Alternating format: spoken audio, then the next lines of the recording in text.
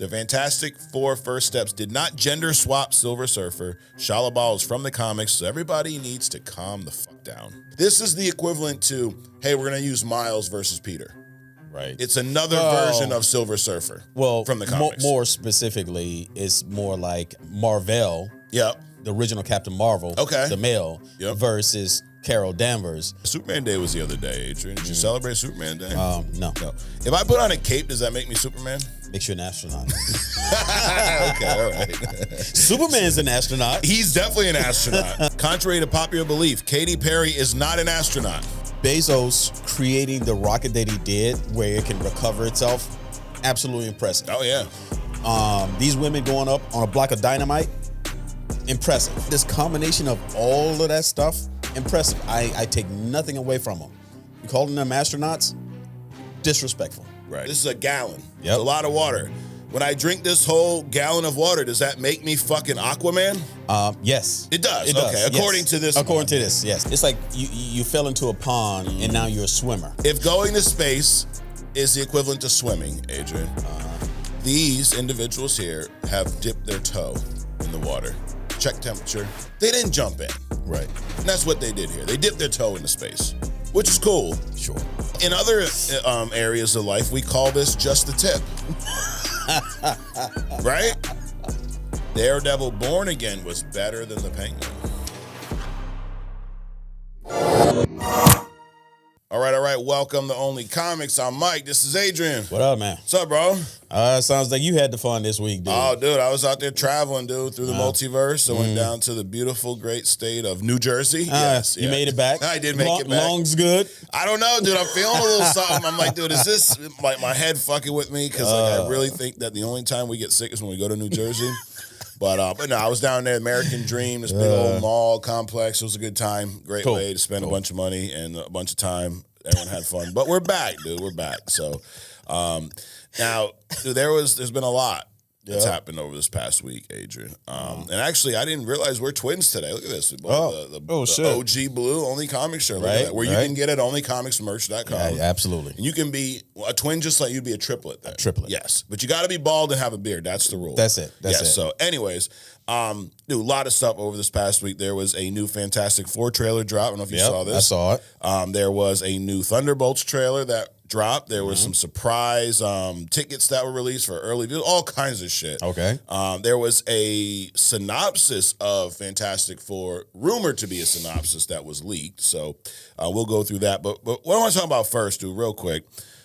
Did you see this all-female space crew, Adrian, of freshly crowned astronauts, brand new astronauts? You see this? Well, I saw a bunch of females go up in a minivan. I don't know about the astronaut thing. Okay. All right. And you know, it's one of those things where it kind of reminds me of the Dire Wolf stuff last week. Like, what they did was impressive. Absolutely. But you did not resurrect a species. You made a fucking mutant dog wolf. Yeah. Yes. Congratulations. That. We never had a mutant dog wolf before. Now we got one. You made something. Sure. These celebrities and spouse, it was Katy Perry, for some reason. Lauren Sanchez, who is Jeff Bezos' fiance, wife, something or another. Gail King, Oprah's girl. Aisha Bao, Amanda Guillen, and Carrie Ann Lynn. Mm-hmm. Don't ask me who they are. I have no idea. Right. But I do know they were aboard. Would you call it a flight? Maybe a ride? What would you describe what they were on? Was it a spaceship? A minivan. Minivan, okay. That's what I would call it. It looked like probably about the size of this room we're in, right? Yep. It was a rocket that launched vertically. It's Jeff Bezos' company, Blue Origin or whatever. And it takes them about 2 to 3 minutes to reach the edge of space, right? Which is, what's it, Kármán line or something like that? That imaginary line? Or I think it's called the edge of space. Okay, the edge of space. Got it. And they experienced about 3 to 4 minutes of weightlessness. Okay.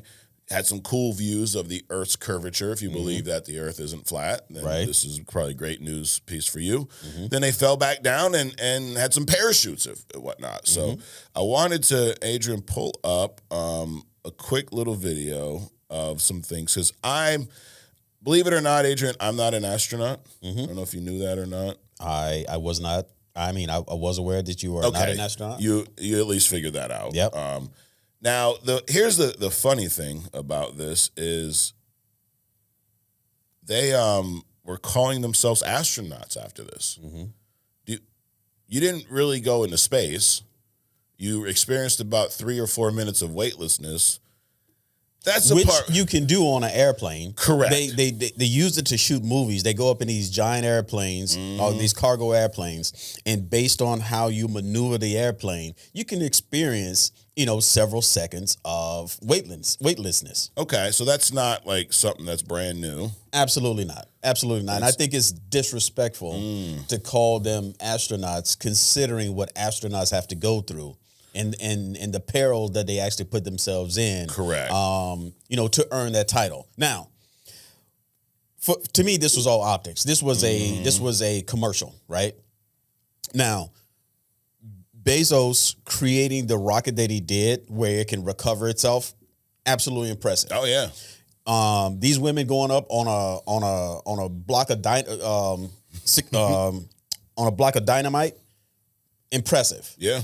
Going up that high, free falling, right? All this combination of all of that stuff, impressive. I take nothing away from them. Calling them astronauts, disrespectful. Right. Yeah, that is crazy. So if you go to the laptop shot, Adrian, we're gonna take a look at some of these videos here. So here's them all. Here are them learning how to be an astronaut, right? She must have taught them in a few minutes prior to showing up to the site here. Yeah, it is kind of looking like it's for optics, right? Everyone's all celebrating, everyone's happy. Here they are strapping in. So notice there's no like helmet. I'm used to astronauts in these big suits, Adrian. They got oxygen, they got helmets, all these things. This kind of looks like a nice massage chair, like something you'd have in your office, maybe. Yeah. Here's the Blue Origin, torpedo looking thing shooting up in the air. And this bottom rocket, so that's the thing that kind of drops back off. And what does it do? Just drops back down. You can reuse it? Is that the? Yes. Okay. Yes. Here they are, their weightlessness. Katy Perry's got a flower with her for some reason. And I guess she spent the bulk of her time playing with the camera. No, that's impressive. That's impressive view. Right. Right. Now, that right there looks like stuff. Now, that I was going to say before, that looks like stuff I've seen from an airplane. That doesn't. So that is cool. They got some, stuffed animals for some reason. They're all hanging. Everyone's having a blast. The Bahama flag. Okay. And then the thing drops back down, right? Yep. Lands itself. That's pretty cool. That is pretty cool. And then you got this. Oh, there it is, the minivan. So, hey, they're floating back. Thing hits the ground. Everyone's fine. Now, I don't know if it's in this video, because this is a video done by Blue Origin. All right, we can, enough of the optics.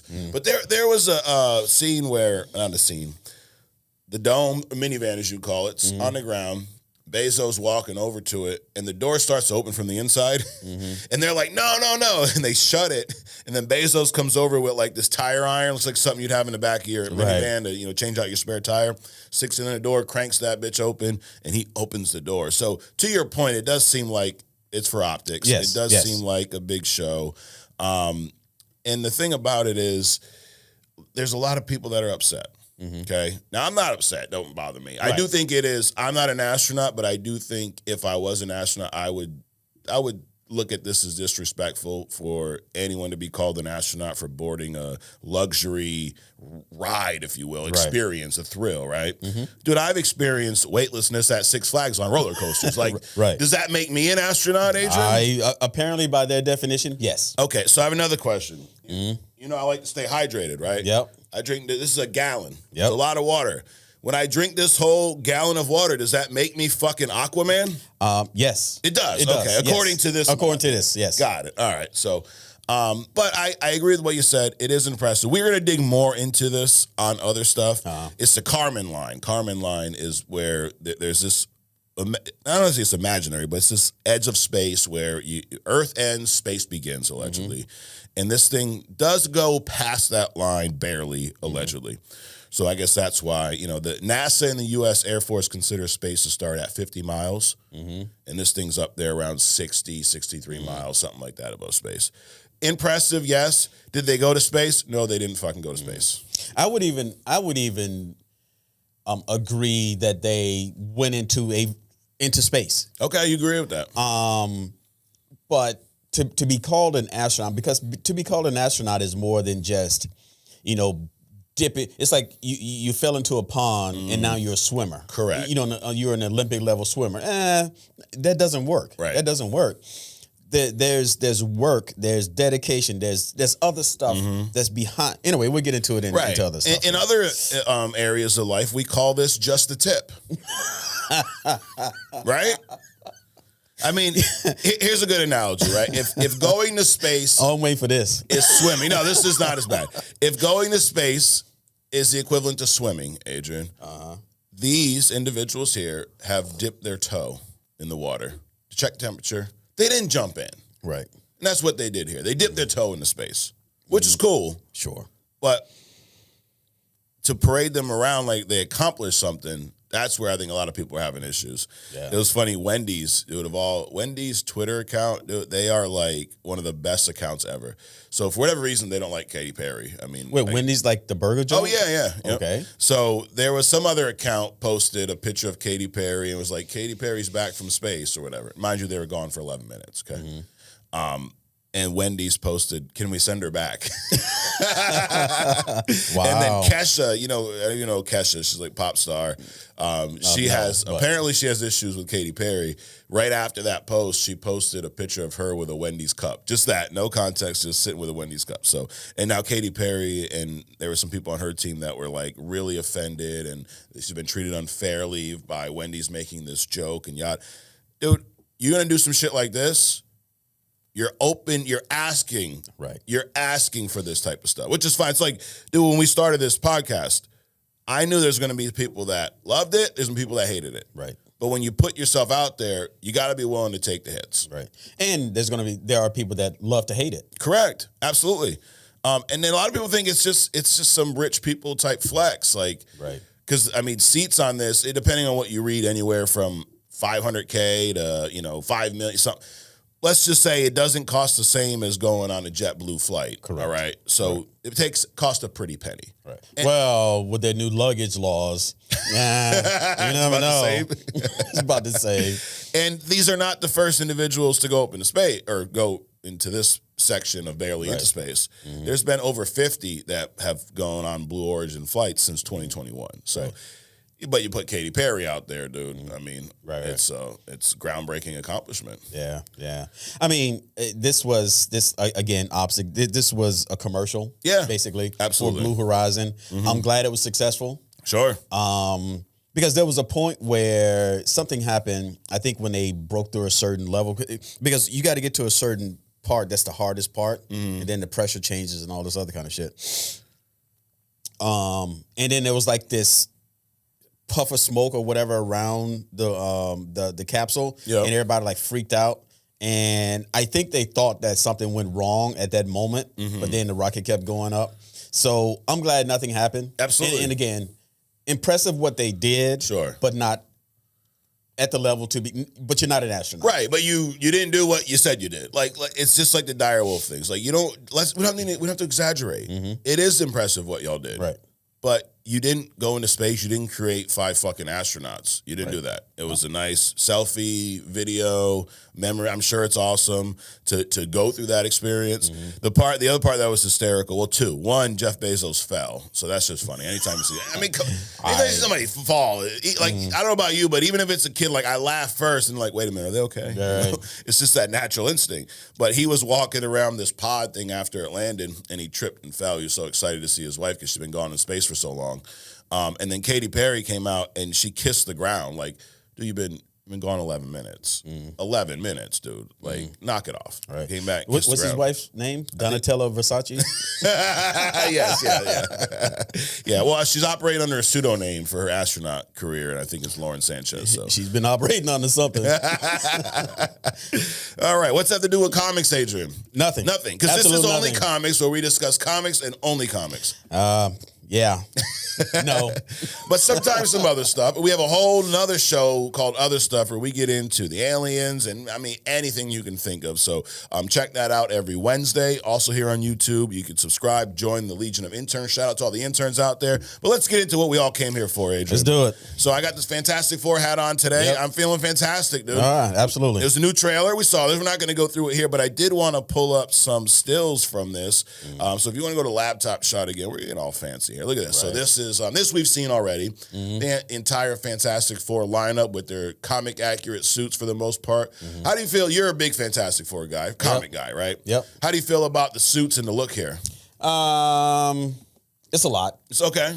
It's I mean, because in the comics, I mean, these look like the belts. They look like utility belts, as opposed to like a band that separates the top from the bottom. It just looks kind of heavy. Mr. Fantastic suits looks pretty good. Yeah, but do you like the all blue, not the blue and the white? Yeah. I like that they finally got the four in the middle of the chest. Yeah, because like they purposely didn't. It's like all off to the side and shit. Right, so, right. But yeah, and I'm liking the bright blue. It does look very old school 60s ish, right? Yeah. No, but the color is pretty much very accurate. Yeah. Yep. And the four in the chest and so on and so forth. It's just a lot of white, dude. I'm just thinking about what they do. Like Ben always clobbering time. He's always got to change his gloves. Right. Reed always tinkering with some shit. So the gloves are dirty. Yep. Miss Fantastic. For the most part, she's doing home shit. Right. The way the comics has portrayed her over the years. Sure. But of course, when she gets dirty too. Yep. Absolutely. Next, we got Herbie. How'd you feel about Herbie? You had Herbie as a hidden gem a while ago. I did. Right? I did. What you think about the Herbie design? It's cool. Yeah. It's cool. I mean, because back when I was reading the comic, when I was first introduced to Herbie, he wasn't that complicated. I mean, they made different versions of him over the time. Yeah, he was a basic robot flying around. So this is very, I would say, comic book accurate. Okay. We have a scene that looks like Times Square in the 60s. I like the whole retro look. I mean, I don't know if that's an explosion or that's Human Torch, I don't know, letting one rip or something. I don't know. But anyways, a little action there. Then we got this, dude. This was at the end of the trailer. Galactus walking down the street with his massive foot. Right. That was the one thing I didn't like about the trailer. Okay. For a couple of reasons. One, if Galactus, first of all, what if you don't jump into your food and roll around in it and shit, balls slapping all up against the lettuce and shit, right? Before you eat it. Right. So why would Galactus come down to Earth? Right, when he doesn't have to. That's the whole point. I mean, his herald summons him when the herald finds a planet that's good enough for him to eat. Got it. So he just comes and just start draining this thing, right? Why is he walking around and through Manhattan or wherever this is? Number one. Number two, why is he like speed walking this shit? I mean, he was kind of he's in a hurry, dude. He definitely was in a hurry. Now, what if? And I think we've seen this a little bit in one of the older Fantastic Four movies where, Silver Surfer identifies Earth as the planet, right? Yep. That Galactus needs to eat, but then for some reason, Silver Surfer turns against Galactus. Yep. And we do know, or at least the rumor is, Galactus isn't necessarily here to consume Earth. He's here to find Franklin Richards. Got it. Because his universe, I think, is dying. Or he's trying to get to another universe, but Franklin has the ability to travel the multiverse. All right. So maybe that's why he's not flat out destroying Earth. He's trying to find Franklin first. Right. And then we did get to see this real Mr. Fantastic's powers for the first time in the trailer. Right. Him a little stretched out, which I was nervous about, not because of this movie, but just in general. I think it looks weird in comics when he's all straight. Like, there's plenty of panels where it's like, it just looks odd. Right. So to bring that to live action, that's a challenge. Yeah. But I mean, this little side view looks pretty decent to me. I like what they did here. And you can see in the back, it looks like maybe Galactus's arm destroying the building there. Right. So you got that, some more Galactus. Looks like they're going to be some fight right in New York. Then we had the Silver Surfer, dude. So this was her kind of showing up, Shalabal. There's been a lot of noise online about why did they gender swap the Silver Surfer? Now, we are big on hey, we don't need to swap anything, but this isn't a gender swap. This is the equivalent to, hey, we're going to use Miles versus Peter. Right. It's another version of Silver Surfer. Well, from the comics. More specifically, it's more like we got Marvel. Yep. The original Captain Marvel. Okay. The male. Yep. Versus Carol Danvers. Sure. Captain Marvel. So it's two Captain Marvels, but they're completely different people. So, you got the gender swap, not the race swap thing. Yeah. And they have two different origins. So in the Miles things, it's a little bit more complicated. Not only do you have the race swap, but you got a universe swap. True. So a little different. Yeah, but the point is they didn't just swap this, made up a new character for the movie to force it in. This is based off of a different version of Silver Surfer, which she actually, in the comics, Shia LaBeouf is Norman Rad's wife or girlfriend at the time. Wife. That he swears to protect the fucking planet for her. And this is, so who knows why, why or what the origin of this version is. But my point is they didn't just gender swap it. They just, like, the Captain Marvel is a perfect example. They just use a different version that already existed, which I got no issue with that. Now, the big question is, do we need an origin story on Shia LaBeouf? I don't think so. Yeah. I mean, no, right? Because Silver Surfer is that mysterious type of character. We just need to know that she's serving Galactus for some reason and what her job is, right? And she literally came from, like, right next to her, the original Norrin Rad. Yeah. So we don't need to go through all of that. Exactly. So she's probably doing it for the same reason. Absolutely. Yeah, I bet that's just reversed. Yeah. She's the one that stepped up versus him. Exactly. So I got no issue with that. If you do, then you got a lot of other issues going on.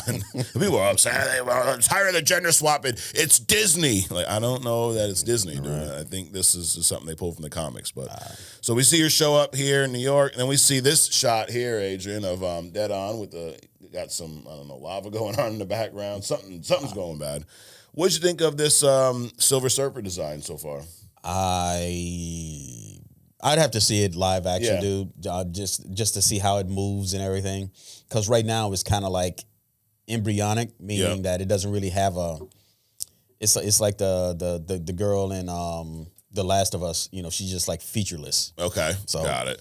And I mean, people are the CGI is so bad. Like, dude, it's a silver person. Like, I don't think it's so bad. I even think this one shot looks like maybe it's from a TV screen in the movie. Now we got, this one's a little odd here. We got Thing pulling this ship. It's my only question, dude. Is the water waist deep or what the fuck are we doing here? So the math ain't mathing. So not only do you have waist deep water, so how does he pull a ship where the hull is probably 50 feet deep? There you go. Yeah, that part. Then, it's, I don't know if you ever walked on the beach. Yeah, a few times. But the sand kind of moves under your feet. Right. So you got to have some extra things going on in order for you to get a foothold. Correct. To pull something that big. This is not a strength thing. No. So you got to have some extra foothold on that shifting earth underneath your feet to be able to pull something like that, especially if the hull is digging into the ground. So the math ain't mathing. Oh, I know. It's just like the pyramids. They put trees under the ship. Oh, is that what it is? Yes, on the sand, because we know that would work. Right. Yeah, and he's just pulling it. Or this version of the Thing, we didn't see this with the blue suit, has very long legs. Oh, it could be. That's what they needed those 30-foot doorways for. That's it. Yeah, That's it. But yeah, that one, it's a cool looking shot. Sure. But it's not fucking accurate. Then we have this. We got this little Sue with the crib there. So we did learn in this trailer that Sue's pregnant, right? Correct. They did a little, you're late. She's like, what do you mean? Fucking Johnny had to spoil it. And then we got this last scene here. Dude, what do you think's going on here? Is this Galactus consuming the Earth? Is this a fucking meteor strike? Is it an incursion? Who the hell knows? It feels to me like they want to piss off some people from the last Fantastic Four when Galactus showed up. It's like, let me show them like 3 seconds of this cloud. Yeah.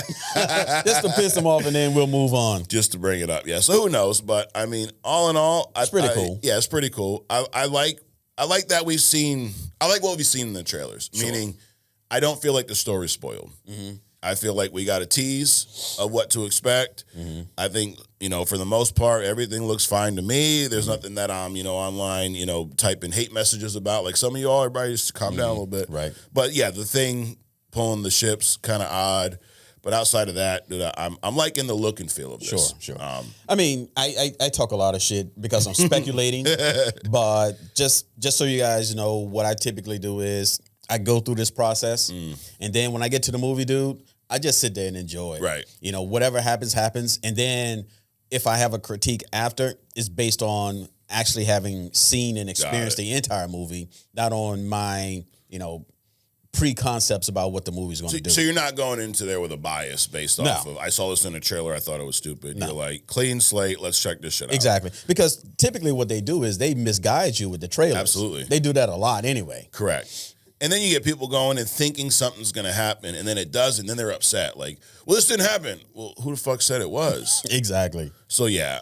But, yeah, all in all, dude, we're a couple months away. We're what? Shit, it's April now, June, July. So a couple months till this movie drops.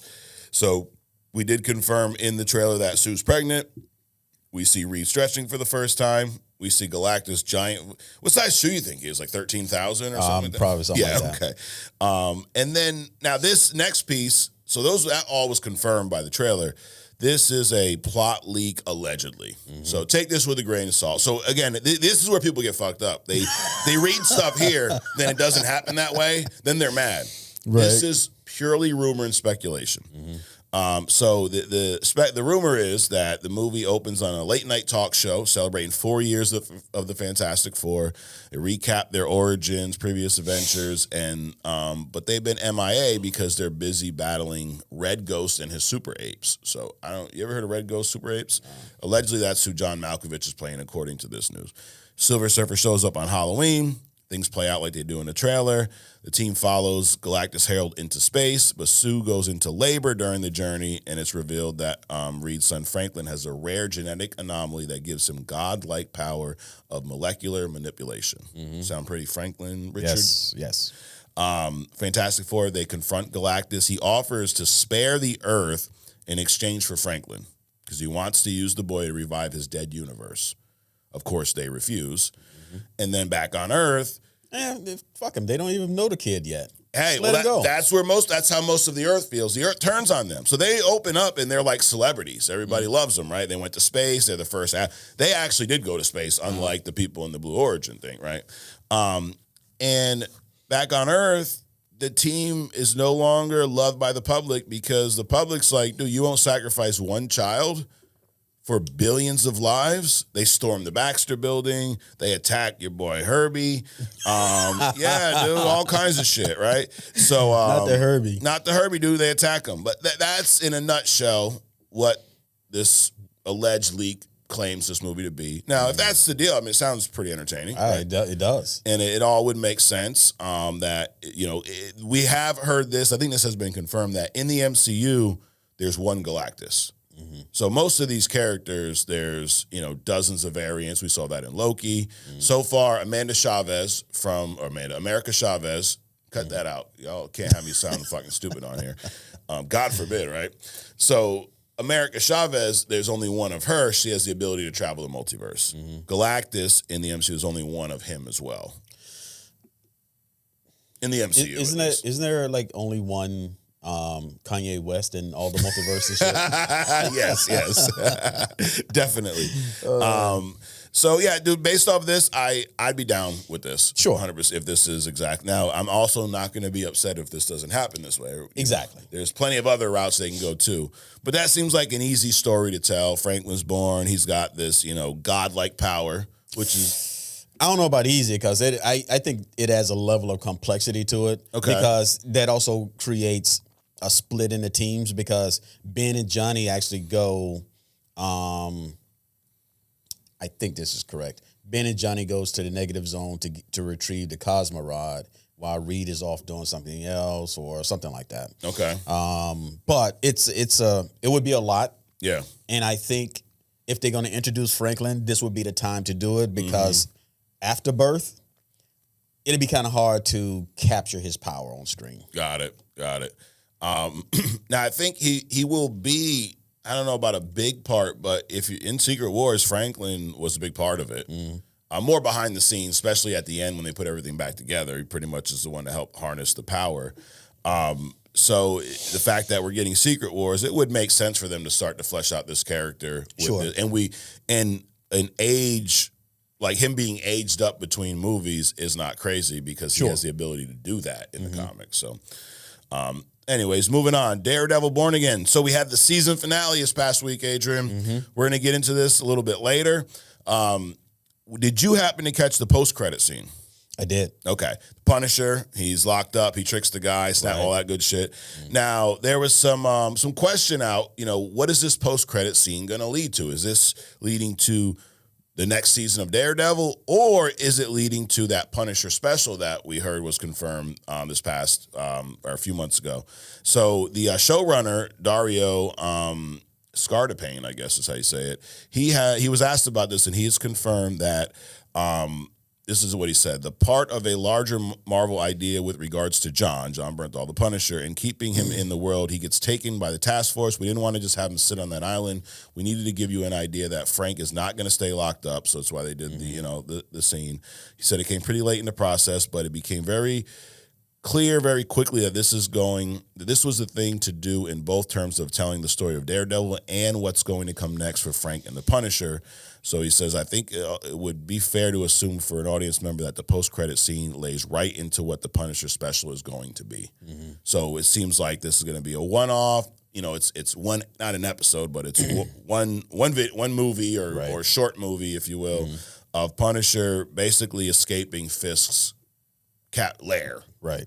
Which, dude, I'm all for watching 30, 40 minutes of Punisher killing fucking Fisk thugs, because we'll get into that a little bit later. But I like that they did this little teaser, set it up for this Punisher special. Yeah. I guess we'll talk about this show later, but thumbs up, thumbs down? I give it a thumbs up. Okay. And we'll dig into a lot deeper. So stay tuned, as they say. Wanted to go through some stuff. So this show, I was doing a kind of a deep dive into Daredevil Born Again and how we got this version. Because if you remember, there were some things we reported rumor-wise, and not even rumor, confirmed early on that changed dramatically for this show. So at one point, it wasn't going to be a continuation. It was going to be a complete reboot. Okay. If you remember, Foggy wasn't in this. Right. Karen wasn't in it at all. Even Bullseye wasn't going to be in this. There was a lot of differences. It was the actress who plays Vanessa wasn't. They changed her out. So they kind of rehauled this, and we have a couple things to thank for this. We have the writer's strike, because that's what put everything on pause and gave them some time to dig into. I think it was 5 or 6 episodes they had done at that point, and Marvel's like, we're not really happy with this.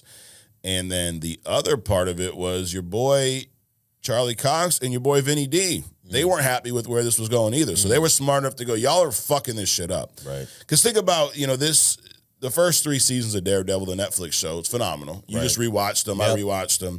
I mean, great. You can argue, hey, this one's a little better, but as a whole, it was a great show. Right.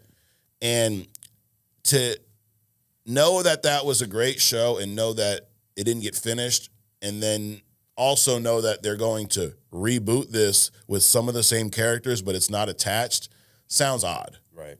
If you're going to do that, just recast everybody. Yeah. Right. I think that would have been the biggest mistake if they just recast everybody. I mean, you got to maintain some level of continuity between these characters. You can't just keep rebooting these characters every time a director comes in. It's confusing. Right. It's just weird. You can change the actor if you fire the actor for, starting a OnlyFans thing that affects your business. or the character dies, recast them. Yep. T'Challa. No, we can't do that. But just to keep rebooting with your version of the character is ridiculous, dude. I mean, spider webs coming out of your wrist. Just crazy. So I wanted to go through real quick, recap, going a little yapathon here. There you go. I do. But this is why we almost got a reboot and how Daredevil and Fisk saved the Daredevil show. Okay, so now ahead of the release of season 3, we're going back to the Netflix era, The show was expected to be renewed for a 4th season. It was a very popular show, critically acclaimed. And then on November 29th of 2018, Netflix canceled the series after 3 seasons. They said that the show will remain on their service, but the character would live on in future projects for Marvel. But here's the thing. There's contracts with these characters. It's not just like comics. So the characters could not appear in any non-Netflix series or films for at least 2 years following the cancellation of Daredevil. So that was the end of 2018. So for 19 and 20, you can't use Daredevil, any of these characters, right? There was a dispute between Netflix and Marvel's over the rights to them. And Disney wanted to have these characters for their own streaming services. Contract prevented that. And there were disagreements over the episode orders, the showrunners, the budget, creative direction. So it was kind of like Marvel wanted to go in one direction because Netflix had these contracts for, they wanted to go another direction. And there was disputes there. And I guess Netflix just said, you know what, fuck it, we'll cancel this shit. There were creative changes made that they weren't happy about. Netflix was really looking to create more of an original series and have more control over it. But obviously Marvel's like, dude, this is part of our whole universe. We want this to play into it. The cast and crew thought the show was going to last for 5 seasons, with a new antagonist being introduced in the 4th season, and then the final showdown between Daredevil and Fisk/Kingpin in the 5th. Obviously none of that happened. When this was canceled and Marvel decided to bring these characters into their universe, Kevin Feige insisted that they brought back Charlie Cox and Vinny D. Okay? He felt the pair were pretty much linked to these characters, just like Robert Downey Jr. to Tony Stark and Chris Evans to, Captain America, right? Which I definitely agree. These guys embody those characters. Feige contacted Charlie Cox in June of 2020 about reprising his role, and he announced that he would be returning for Marvel Studios projects in December 2021. We're 2 years past this. We've seen him in Spider-Man No Way Home, right? Brief scene. We saw him in She-Hulk, right? He, banged She-Hulk and the whole deal. And then we saw Vinny D reprise the role of Fisk in the Hawkeye show and then in the Echo show. Right. So they're starting to trickle them in. In March of 22, Daredevil was moved from Netflix to Disney Plus. So they Netflix now out completely. And then in January of 22, Marvel decided to make a new Daredevil-led series, right? So that was when the news broke about Born Again originally. The series was confirmed to be in development late May of that year. And they were kind of pitching this as a reimagination of Daredevil. So this was the original. The series was originally announced to have 18 episodes for the first season, and they were working on 2 seasons, and there'd be some gigantic payoffs in the second. Directors were hired for blocks of episodes. There was a complete creative overhaul, though, in September 23. So initially, this was going to be not connected to the old series. Yes, we'd have Charlie Cox and Vinny D reprise their roles. Foggy, Karen, Bullseye, all not going to be in it. New Vanessa, whole new story, 18 episodes. And there were the writer's strikes back in 23, put this thing on hold. Marvel started reviewing these episodes. I think there were 6 of them done, and they were like, we don't like where this is going.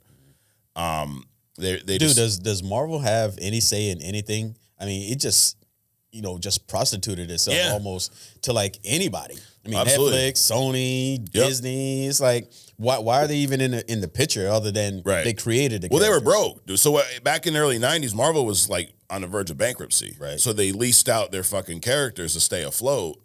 And it was kind of like, hey, we'll let you borrow these. You give us some money.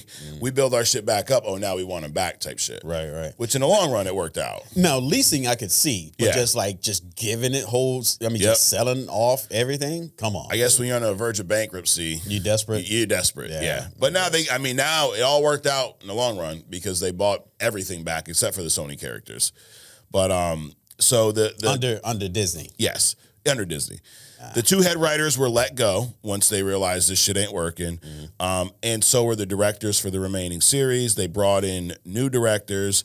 They even said in the original show that Daredevil didn't appear until the 4th episode. So you think there isn't no Daredevil now. I mean, he wasn't in costume till the 4th episode. Here, the other guys that got fired were still going to be credited as executive producers. And Brad Winterbaum, the head of streaming, said that he believed that they could play it loose with the history of Daredevil, but when they reviewed what had been shot, they realized they would either have to fully embrace the show or start over fresh. Because this kind of like in between loose ties didn't work. And Vinny D said it was Feige in particular who listened to him and Charlie Cox when the pair expressed their concerns. So they went like, dude, this fucking sucks. We can't do this. And they actually listened to him. So a new duo was brought in, Justin Benson and Aaron Moorhead. They worked on Moon Knight in the second season of Loki. They were hired to direct the remaining episodes of the first season. And then soon after they joined, they decided that this should go back to the tone of the Netflix series. Even that, the tone wasn't the same either. It was even rumored to be almost like comedic at times. Could you imagine that? Like a She-Hulk version of Daredevil? No. Which sounds like that's what they were doing. No.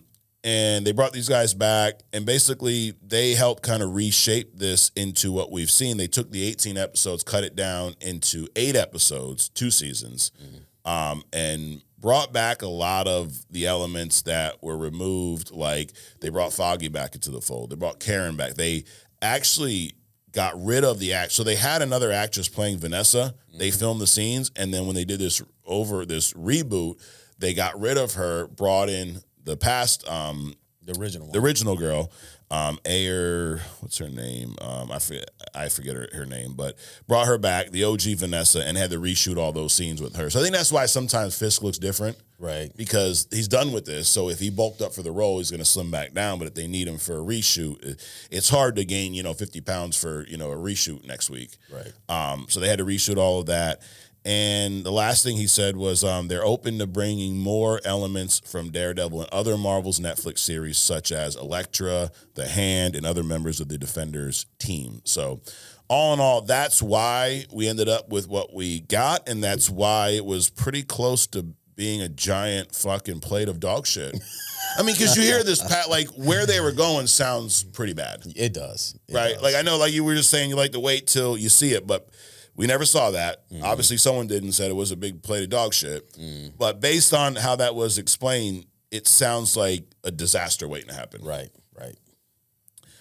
So anyways, that's a little yapathon for you there. But the Daredevil Born Again showrunner did tease the Defender showing up in season 2, Adrian. So we'll get into this a little bit later, but there was mention of we need an army. Right. He did say that. Yes. And this is what the showrunner, Dario, says. Without giving too much away, while you're working in what I would call Hell's Kitchen corner of the MCU, those iconic characters always come into mind. He goes on talking. He kind of dances around this. But what he says is the easiest answer to your question is yes. Those characters that you just listed off are absolutely in my head, in everyone's head as we're working. How that manifests itself is both really tricky writing-wise and yada, yada, yada.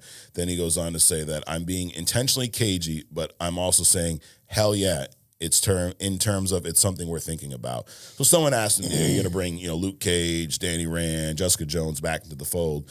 And it sounds like they are, which, again, we'll get into this in a little bit, but the way this season ended, it's the perfect opportunity to do that because dude, my man needs some help. Yeah, he does. I've seen him get his ass whipped for years. I'm tired of it. Right. Now, he didn't get his ass whipped this whole show. It was a little reverse. But he does have a bullet wound. He does. He's dealing with that. Yep. So, moving on. Last piece of news: the Thunderbolts trailer. Did you see this? Drop a new one? No, I didn't see it. All right. So this I've seen enough. I mean, I'm going to see the whole movie before I go see the movie. I'll say the same about this. So they did a good job. Like, I still don't know what the plot's about. I've seen a lot of the same footage over and over again. Right. In this last one, what you do get a good glimpse of is Sentry as the Void. And you get to see his powers, which we've seen a little bit of him making these people just turn into shadows, disappear. But it does seem like he's the big threat. He's causing ruckus in New York. And this team of Thunderbolts, I don't know if they were set out to put a hit on each other or somehow they're on the opposite side of this. My thing is, I really hope that, like, we saw some big things take place in Daredevil Born Again in the city of New York. I hope we see some of those repercussions in this movie. Like, don't act like they're two different New Yorks. You know what I mean? That's when the math ain't mathin'. Right. Here's the thing, though, about this movie. We talked last week about how the early projections at the box office weren't looking too good for this movie. Marvel dropped this trailer on April 22nd. Or I'm sorry, not April. It was last week. They dropped this trailer, and they also put tickets on sale for a special fan screening on April 22nd. So those tickets, don't worry, you can't go, Adrian. They sold out in a half hour. So it seems like there is some desire out there. So I give that. I think that's a plus, right? Sure. Let me put this movie out. So anyways, that is the news. We're going to wrap this up with a little thumbs up, thumbs down, Adrian. So are you ready? Let's do it. All right. There was an all-female crew that went to space. Thumbs down. I'm just kidding. That's not part of the news. The new Fantastic Four trailer dropped last week confirms that Sue is pregnant, shows us Reed stretching, and we see Galactus' size 13,000 foot walking down New York City. Right. I give this a thumbs up. Thumbs up. Daredevil Born Again Daredevil Born Again showrunner confirms that the post-credit scene with Punisher will lead to Disney Plus's Punisher special. I give that a thumbs up. Thumbs up. Making Daredevil Born Again a follow-up to Netflix Daredevil. Rather than a reboot, adding characters like Bullseye, Foggy, and Karen, upping the action and costumes with Matt suiting up much sooner than originally planned. You know what? Scrap that. We're going to go past that one. Was that going to be like Make Daredevil Great Again? Yes, Making Daredevil. Actually, you know what? Let's go with that. The piece of news is this. Because of Vinny D and Charlie Cox, they pushed Marvel to make Daredevil great again. Oh, my God. And they didn't reboot. They they continued the original season, and we got what we got. I give that a thumbs up. Thumbs up. Next up, last piece of news is, two actually. Daredevil Born Again showrunner teases Defenders and maybe some other heroes for season 2. Give that a thumbs up. Thumbs up. And Marvel unexpectedly dropped a final trailer for the Thunderbolts along with tickets for a fan screening that sold out in about a half hour. Give that a thumbs up, dude. Thumbs Some up. positive news this week outside absolutely. of the Jeff Bezos stuff. So Right. that is thumbs up, thumbs down, guys. Drop us a like, a comment, share. Let us know, did you agree with us or any of this news you're excited about, or are we off base? I mean, I think it's a positive week here. So moving on, Adrian, we are going to get into Daredevil Born Again. We're going to hop right into this season finale and I guess series review. So I had said a few weeks ago, actually I think after the first episode, it was a prediction that this series would be better than the original series. Now, it's all said and done. I would say it's on par. I don't know that it's better. I don't know that it's worse. I'd say it's right on par with the original show. I agree with You that. agree with that? You feel it's on par. It wasn't a letdown. No, it wasn't, even though the first 4 episodes kind of felt like it. Okay. Yeah, they kind of took us on a little journey Right, here. right. You It was know? a little slow. Yep. As my friend The Rock tells us in WWE, just fucking shut the fuck up and enjoy the ride that I'm taking you on. So I'm not going to do that. I'm not going to shut the fuck up. We're going to talk about it every week. But I did enjoy the ride they took us on. I do like how in this last episode we see a lot of callbacks to earlier episodes. Because we had said at some point it felt like some of the shit was like reshot and kind of forced in there. Right. Like the whole Foggy, Karen thing was there, then it wasn't. But we see that it was very intentional. We see Karen show back up. But there's a lot of things that, actually, before that, let's give this episode a score. I'm going to give this episode a 9.5. I think it's probably the best episode of the show. I'll go with a 9. 9, okay. Yeah. All right, pretty high for you though. Yeah, Adrian. yeah. You're literally you're usually on the lower side of the score. You know? Well, it kind of like took away all the disappointment I had with like the first 3 or 4 episodes. Yep, absolutely. I mean, we got to see an amazing Punisher Daredevil sequence of scenes. We see Karen come back into the fold. And we also see, Bullseye, and we see Fisk going full Kingpin. Right. Which early on, there's a lot of noise about, oh, he's soft now. Disney made him soft, Adrian. I don't think that's the case, dude. I didn't see that at all. No, nothing soft about fucking No, Kingpin. dude. He's more calculated. Right. He And I like the way he explained yeah. to Vanessa what he was doing. Right. He was like, yeah, I'm the mayor, but it gives me more opportunity, gives us more opportunity. Correct. To take advantage of these situations. And I love what they were doing with the Red Port or whatever it's called. Oh yeah. The down in Red Hook. The port. Red Hook. So that was impressive. But he literally explained to Vanessa, yeah, you were able to push a few $1 million through there. You're going to be able to push billions through there. Yeah, no, the whole plan was laid out, and we see a flashback early on to Vanessa being the one to ask Dex to kill Foggy, and Matt started kind of uncovering this last episode. Right. I love too. He wakes up in the hospital, and that's all he cares about. He's like, "We need to get the files." And everyone's like, "No, wait, calm down. You need to relax." Like, no, we need to get back to work on this shit. Right. Fisk cuts off the power. I was like a little confused. Why is he cutting off the power? But it was to fucking send the city into a panic, I guess. Yeah, it was to send the city into a panic so that he can take advantage of that panic by deploying his team. Yeah, it's kind of like I'm introducing my team.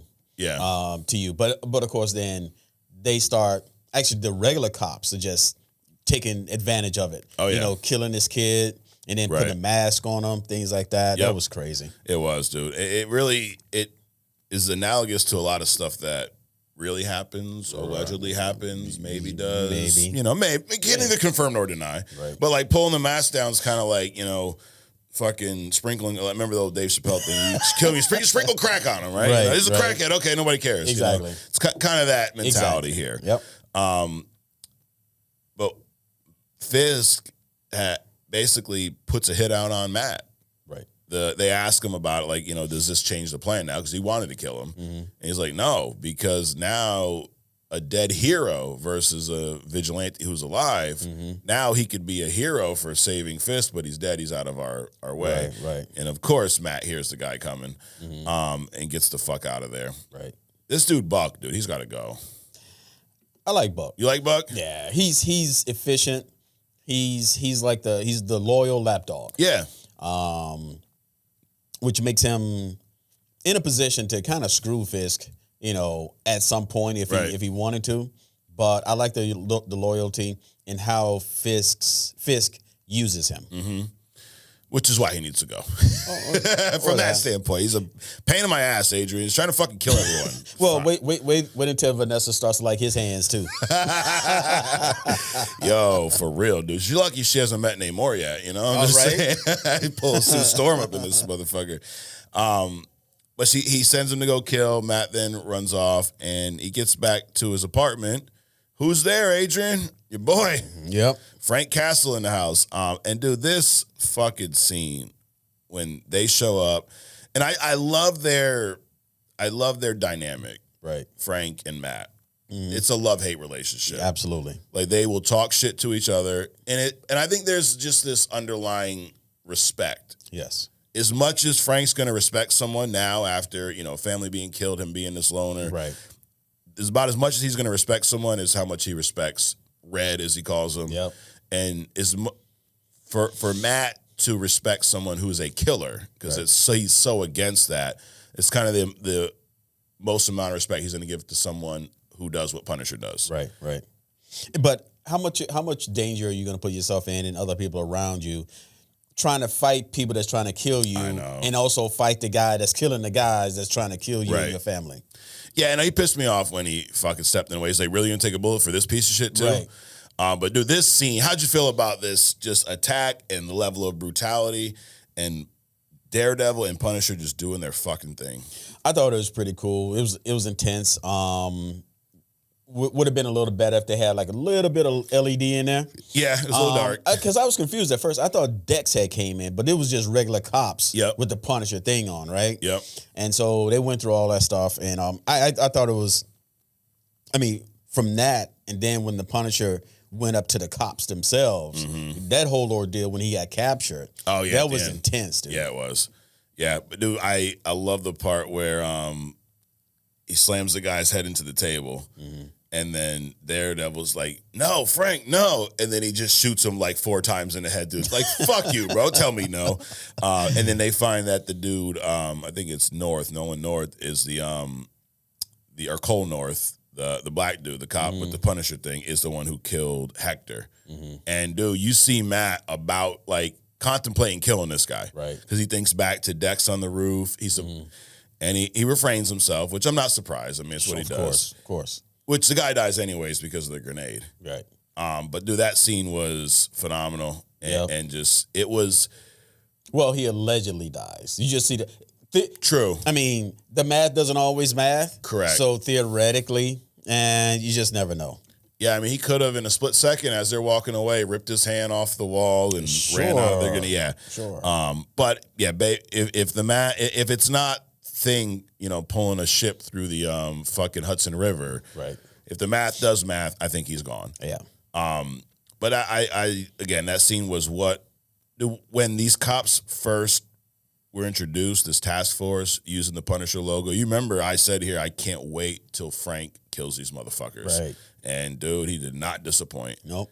And then we learned that it was a favor from Karen because Frank's got a little thing for Karen, dude. Right. He cares about her. Right. I don't know if it's on some him trying to bang her type shit, but he at least cares about her. Sure. Because she helped him at the end of, what was it, season 2 or 3 in the original show. Yeah. And Matt picked up on that. I heard your heartbeats. And she's like, "Oh my God, did you hear my heartbeat when I first saw you?" And oh God, blah blah blah. I know. It's like I don't like the way they introduced Karen in this one. Oh, she just showed rolled, up with the car. rolled up in the car and stuff, and it's like, oh, we see, with a head turn. I'm like, well, you know who it is, right? I just didn't like that intro. Got and then it. she comes back, and they're like brother and sister now. Oh yeah. As opposed to they wanted to bang each other in the first, before she went away. Now she shows up. Oh, anytime, whatever you need, blah, blah, blah. Right. She was all pissed off at him. Yep. Walked out, left his broken horn, all kinds of shit. And then she comes back. Oh yeah, anything you want, brother. I'm Now, like, dude. Do you think she was pissed because it's something I wasn't sure about when that happened? Was it about the fact that he gave up being Daredevil? No, I think it was when Foggy died. I think he kind of explained it in the hospital. When Foggy died, he kind of like isolated himself from everybody. Okay, so just isolation in general. Right. Yeah. And she was like, we could have helped each other kind of a deal. You Got didn't it. have to pull away from me completely. So Foggy's gone, then you basically left, and I'm out here flailing all by myself and shit. So I think it was that. Got it. So, I mean, really it was her then that came around because she heard what was happening and put in a call to Frank to protect Matt because she just knows. She knows he's going to get himself into some shit. Right. Now, which also tells about Frank and Karen's relationship, too, because you can imagine all the shit that Frank could potentially get himself into. Right. But she has a way to get in contact with him regardless of where he is, where he is and what he's doing. Yep.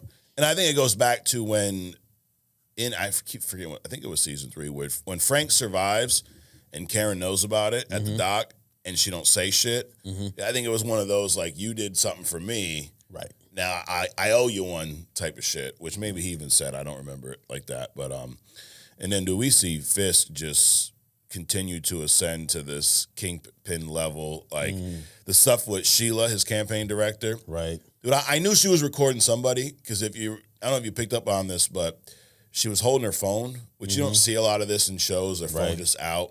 And she's talking to Fisk. I'm surprised he didn't say anything. And then she's talking to the cop, Gallo, who ends up meeting his demise. Right. The commissioner. The commissioner. And so I think she was kind of like, what side do I take? But she eventually aligned with Fisk and told on him. Is that what that was? I thought I missed so. something because he was listening to the recording and she was sitting over there on the chair. She gave him the phone. Oh, is that what it was? Okay. Yeah. At least that's what I interpreted. Yeah, except for I'm like, what the fuck's happening? But I also saw the episode, I think, twice. So the second time I picked up on her with the phone. Okay. So I thought she was recording Fisk, but then come to find out she was recording Gallo to set him up to save herself. Right. And then, dude, Fisk just fucks this guy Oh up. my God, dude. Like, I mean, that's worse than that's almost as bad as I can imagine being eaten alive by something. Yeah. You sitting there, your head's in a vice. And people don't understand Fisk's origin, right? Yeah. Like the strength that he has. Right. And then you got that rage inside of you Yep. all the time. And then the rage of having to keep your rage under control all the time is also different. So all of that stuff strengthens him, and you just sitting there, you compressing somebody's head. That's crazy. And then you just rip their entire. Fucking First of all, jaw. you rip the left side of his head kind of off, right, and then his whole jaw, the bottom, the whole mandible, just gone, just hanging there. That takes some strength, dude. Yeah. Yeah, Fisk is not just some fat dude who likes steak, dude. He's pretty fucking strong. Yep. And he's not super powered. Nope. He's just about top strength that a human being can possibly be. Right. It's that rage, dude. Yep. Which, we'll get into in the hidden gem, too. Oh, shit. Okay, a little teaser. Yep. Stay tuned for the hidden gem. But so we see Sheila kind of aligned with Galactus. Dude, I'm really liking Daniel Blake, James Gandolfini's kid. I'm really loving this kid, dude. You know?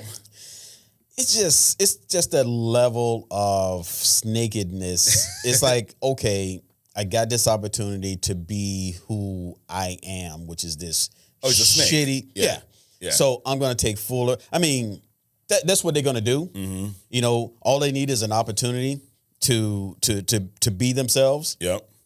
It's like money. Money doesn't make you who you are. It just exposes who you are, right?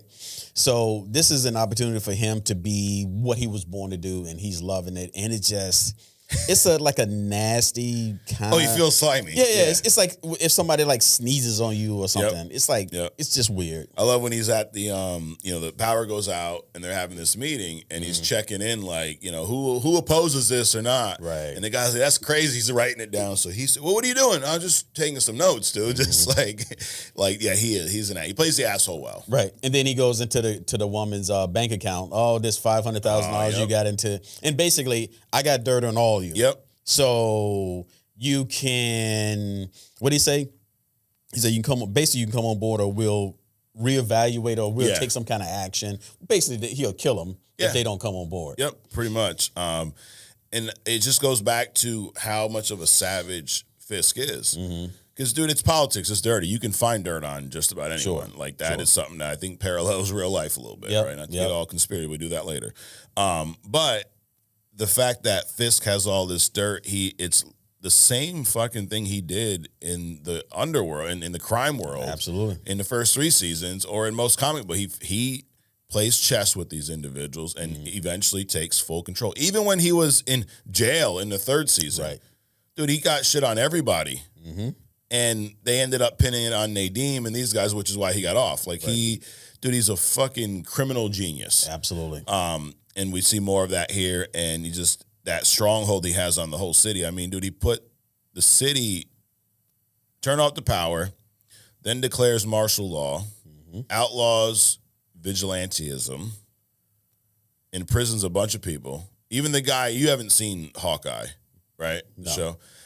There's a dude he was talking to, I think the French guy at the party. The swordsman. Swordsman, right? Yep. So he has him in a cage now. He was that was the first cage that they showed.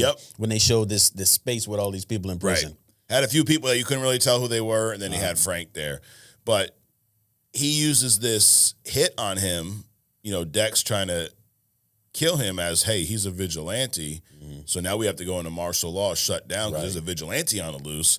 And that's now been outlawed, like kill on sight type shit. Right. And he has these kind of new rules, and that's when they were saying this is even worse than a stop and frisk. Like, this is insane. And dude, the city is a wreck right now. Right.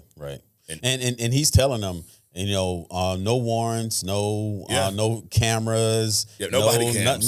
Nothing. Just execution of my will, basically. Right. That was funny. The guy's like, this is illegal. And he's like, and we're going to do it. We're going to get more of it. Like, whoa, dude, calm the fuck down. But he, then you got your girl, dude.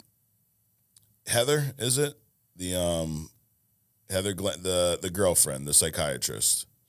Dude, I'm tired of her. Enough. I'm tired of her. We need just switch her. Yep. Just switch her over. She's obviously against Daredevil. Yeah. She's against Matt. Yep. And it was cool, like in the hospital when he first woke up. What was the first word he said? Karen. So she felt all like shit and stuff. Yep. And the department was like, it's the drugs. It's not the drugs. Dude. No, it's not. It's you. It's you. But just move her on over to Fisk. And then she accepts Fisk's offer as the thing. Yep. Of course she does. So, I mean, just move her over and just make her a criminal. We need to bring, no, you know what? Let Dex shoot her. Let's let that happen. Get rid of her. We've had enough, Adrian. No more. But I did like just the feeling of Matt and Karen back, as Frank called it, this Inspector Gadget shit. Right. It felt like the old show. Right. They're back. It felt like it was right. Yeah. You know what I'm saying? It just felt like it was missing. Yeah.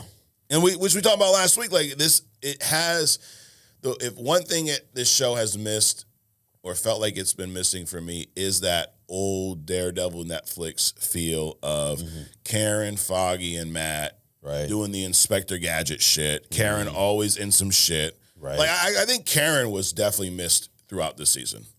Absolutely. We got fucking Heather Glenn over Karen. Come on. Yeah.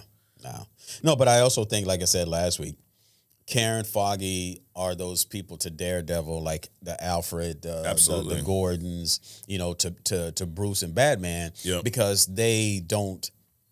In some cases, they do directly affect his decisions, what he do, so on and so forth. But they're like his conscience behind the scenes as well. Right. But dude, all in all, as a whole, I thought this show was really good. It took us on quite a ride. And good in a way where, like, you didn't know exactly what to expect next. And that's when it's nothing worse than watching it and knowing exactly, this is going to happen. Right. This is good. And sometimes you can, with how much media you consume. It's easy to predict some things. But all in all, it was very entertaining, and it has me ready. Like, I want to see the next season now. Right. It was a great ending cliffhanger where the villains kind of won a little bit. And Matt does say, like, not basically, he says we need a team. Right. Like he's now is acknowledging that he can't do this alone. Right. It's so much bigger than him. Yeah. Yeah. And like the showrunner said in this interview, kind of being coy, but you have all these characters at your disposal, because if this is happening to New York, well, Jessica Jones is still there. Right. Luke Cage is still there, right? Yep. Your boy Iron Fist is still there somewhere. Yep. So they're being impacted by this too. Yep. And they've all, not that they all had an interaction, but they know about Fisk, especially now that he's mayor. Right. So it would make sense, natural progression, that this team comes back together. It's just, who does Matt go ask them for help? How does that happen? Right. But I'd like to see this kind of Defenders versus this task force of Fisk, in the next season. Right. Also, bring Claire back. Yes. Bring Claire back. Dude, there was enough Claire carnage in this episode, blood and guts and shit. Yep. They could have easily slipped her in there somewhere. Dude, what happened to her? Because my wife said the same thing. Like, when's the last time we seen Claire? I'm like, not since the second season. She wasn't in the third season. I don't know. She was heartbroken because Matt didn't stay with her or something. And he almost got her killed. Well, there's that. That happens. But so I mean, what do we have to look forward to? Well, martial law is been enforced. Heather is now the mental health commissioner for Fisk, which she gladly accepted. Yep. And Karen and Matt are back together. Punisher is locked in a cage somewhere, about to get out, which maybe we'll see that. And that special is going to drop around the same time as season 2 of this show. So, dude, I'm looking forward to season 2. I think they did a great job. I think the rehaul of that creative overhaul, I think saved this show. I do think if they went the other route, I think it would have been a fucking disaster. Yeah. And so season 2 is supposedly dropping March of next year. So premiere, March of 26. So now that's going to be before Doomsday. So this is before any potential incursion / whatever. I'm just wondering, we also don't know when this is taking place. Like, did Thunderbolts happen before this? After? Who the hell knows? I guess we'll find out in about a month. Also, I wonder how or if they're gonna weave, this team, Elektra, into this, because she was in the sarcophagus, right? Being revived. Yeah, exactly. So that's a real resurrection. That's not like the Dire Wolves. They didn't take a strand of her hair and splice it with somebody else and make a new Elektra. Right. They resurrected the same one. Exactly. That's how it works out there, you scientists. So anyways, moving on, Adrian, The Last of Us. So this show came out, first season. Well, you like it? You didn't? Not at all, dude. Oh shit. Okay. Well, I won't say not at all. Obviously, when you have some emotional tie to a film, they got you, right? Because that's the whole point. If they can get a rise out of you, some emotion out of you, you're invested in the show to a degree.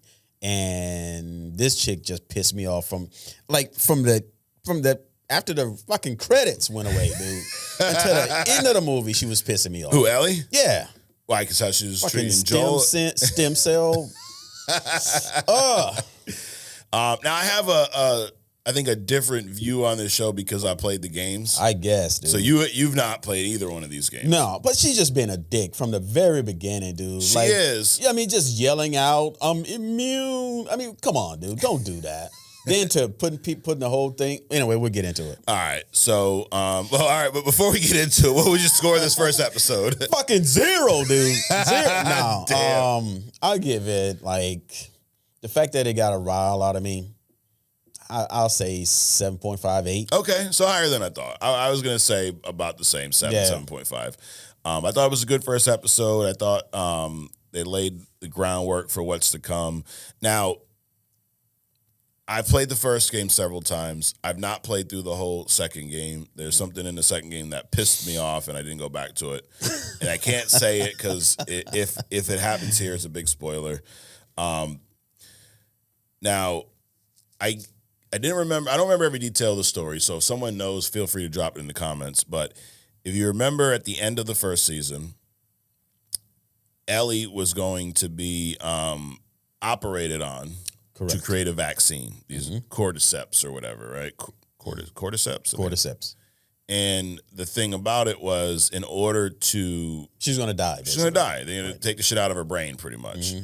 And Joel started the first season as just like this tormented trauma survivor, like... He wasn't connected, and he just was doing his job surviving. Right. What he said she was cargo or something like that? Yeah, pretty much. And through that, now he lost his daughter when the outbreak happened, and he builds this bond with Ellie and becomes this father-like figure. And it's funny, it almost parallels what we were talking about with the Fantastic Four a little bit. He had to make this decision, do I sacrifice this girl who basically gave him a reason to live again, right? If you want to get all mushy, Adrian. Do I sacrifice her to potentially save humanity? Now, humanity is pretty fucked up. Right. Or do I just sacrifice humanity and save this girl who now means something to me? Right. That's what he chose, but then he lied to her. So I think that, because I was with you too, like, dude, she's being a complete fucking bitch to him. Now, part of it is she's a teenager, right? But I think she knows that he lied. Oh, absolutely. She knows that he lied. Yeah. But again, money doesn't make you. Money just exposes you. She's just been a dick because she's a dick. True. Because her with the I want to be on this team that goes out. And we can put away the knives. We can just put away the guns. We can just use our knives because we badass, right? Or yelling at the top of her lungs that she's immune, not even thinking about who could hear her. That's just being a dick, dude. Yeah, absolutely. Now it's almost like she's calmed his bluff, like gonna do this until maybe he confesses, which I think he's going to at some point. Sure. Especially that. The part I thought was a little silly at first was we're in this like apocalypse, right? Now I know it's 5 years removed from when it happened and all that, and the civilization's starting to come back together. But Joel is spending his time going to therapy? Really? Or you think that makes sense? I think it makes sense. Okay. I mean, considering the fact that he lost his daughter. Yeah. He's now emotionally bound to this cargo. He's apparently leader of this entire town that he stumbled upon. Yeah. Right? So he has a lot of baggage. And then He's got a lot on his plate. Right. And then the person that he bonded himself to wants nothing to do with him. Right. It's like if your daughter all of a sudden, like, Daddy, I hate you kind of a shit. Yeah. I mean, you'd be tore up. True. So there's a long string of things. And then there's the embarrassment of just going to therapy itself. Sure. So, and I also think he has the hots for his daughter's girl, but she's apparently into other things. Yes. So, but she also looks like she would play that game too. But anyway. Yes. So he has a string of things that have been like apocalyptic to him.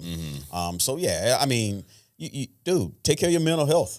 You got to do it. True. So, I mean, I think for that aspect of being like an awareness type of, I think they did a great job of weaving that into the story. Sure. At first, it seemed just a little out of place in this apocalyptic world. But thinking about how this is 5 years later, they've had some time to rebuild some semblance of civilization. Yeah, but the thing about it is and I think the patrols and when they were out, shooting, target practicing these zombies, basically, you also have that. It's like being a private pilot is just me.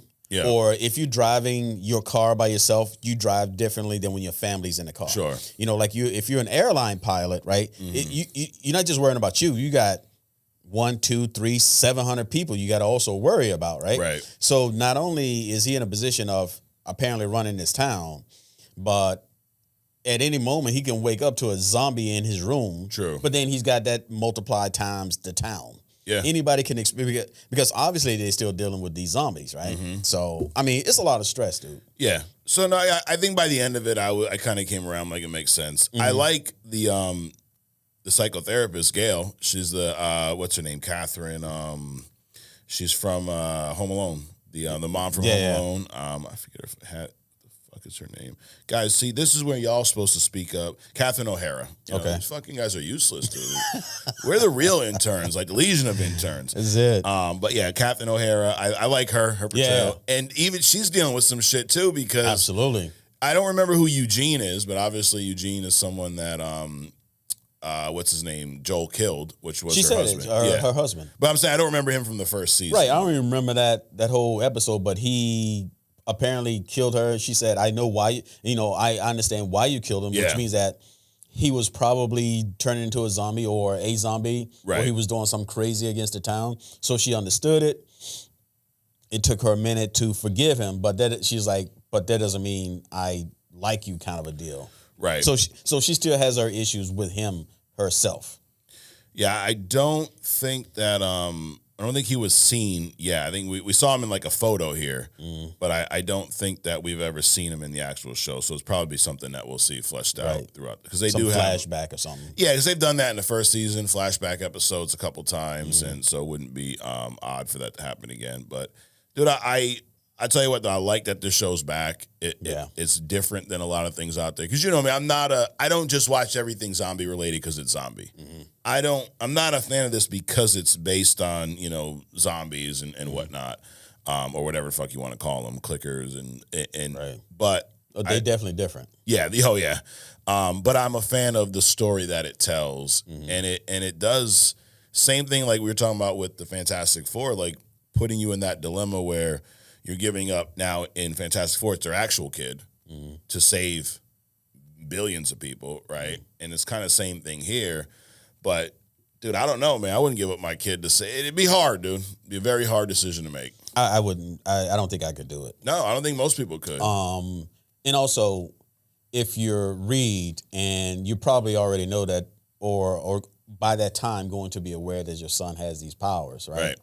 So you might not know what they look like, but you also have that future thought of, okay, if I allow my child to go with this guy, this character, what if he shows up later? Now he's got resentment against me for giving up, and then I got to deal with not only giving up my child, missing him growing up, then seeing him coming back with whatever powers he's got, wreaking havoc, and he literally can wipe out the universe, with a thought. So there's all that stuff. But beyond that, just giving up your kid, I try to figure out some kind of way. At the very least, I would try to figure out a way to take me out of it so I don't have to even make the decision. Right. Absolutely. And so I get why Joel did what he did. Sure. Absolutely. I get why, because she was all about it. Like, hey, I'm willing to risk myself to save whatever, everyone. I don't know if she knew she was going to die.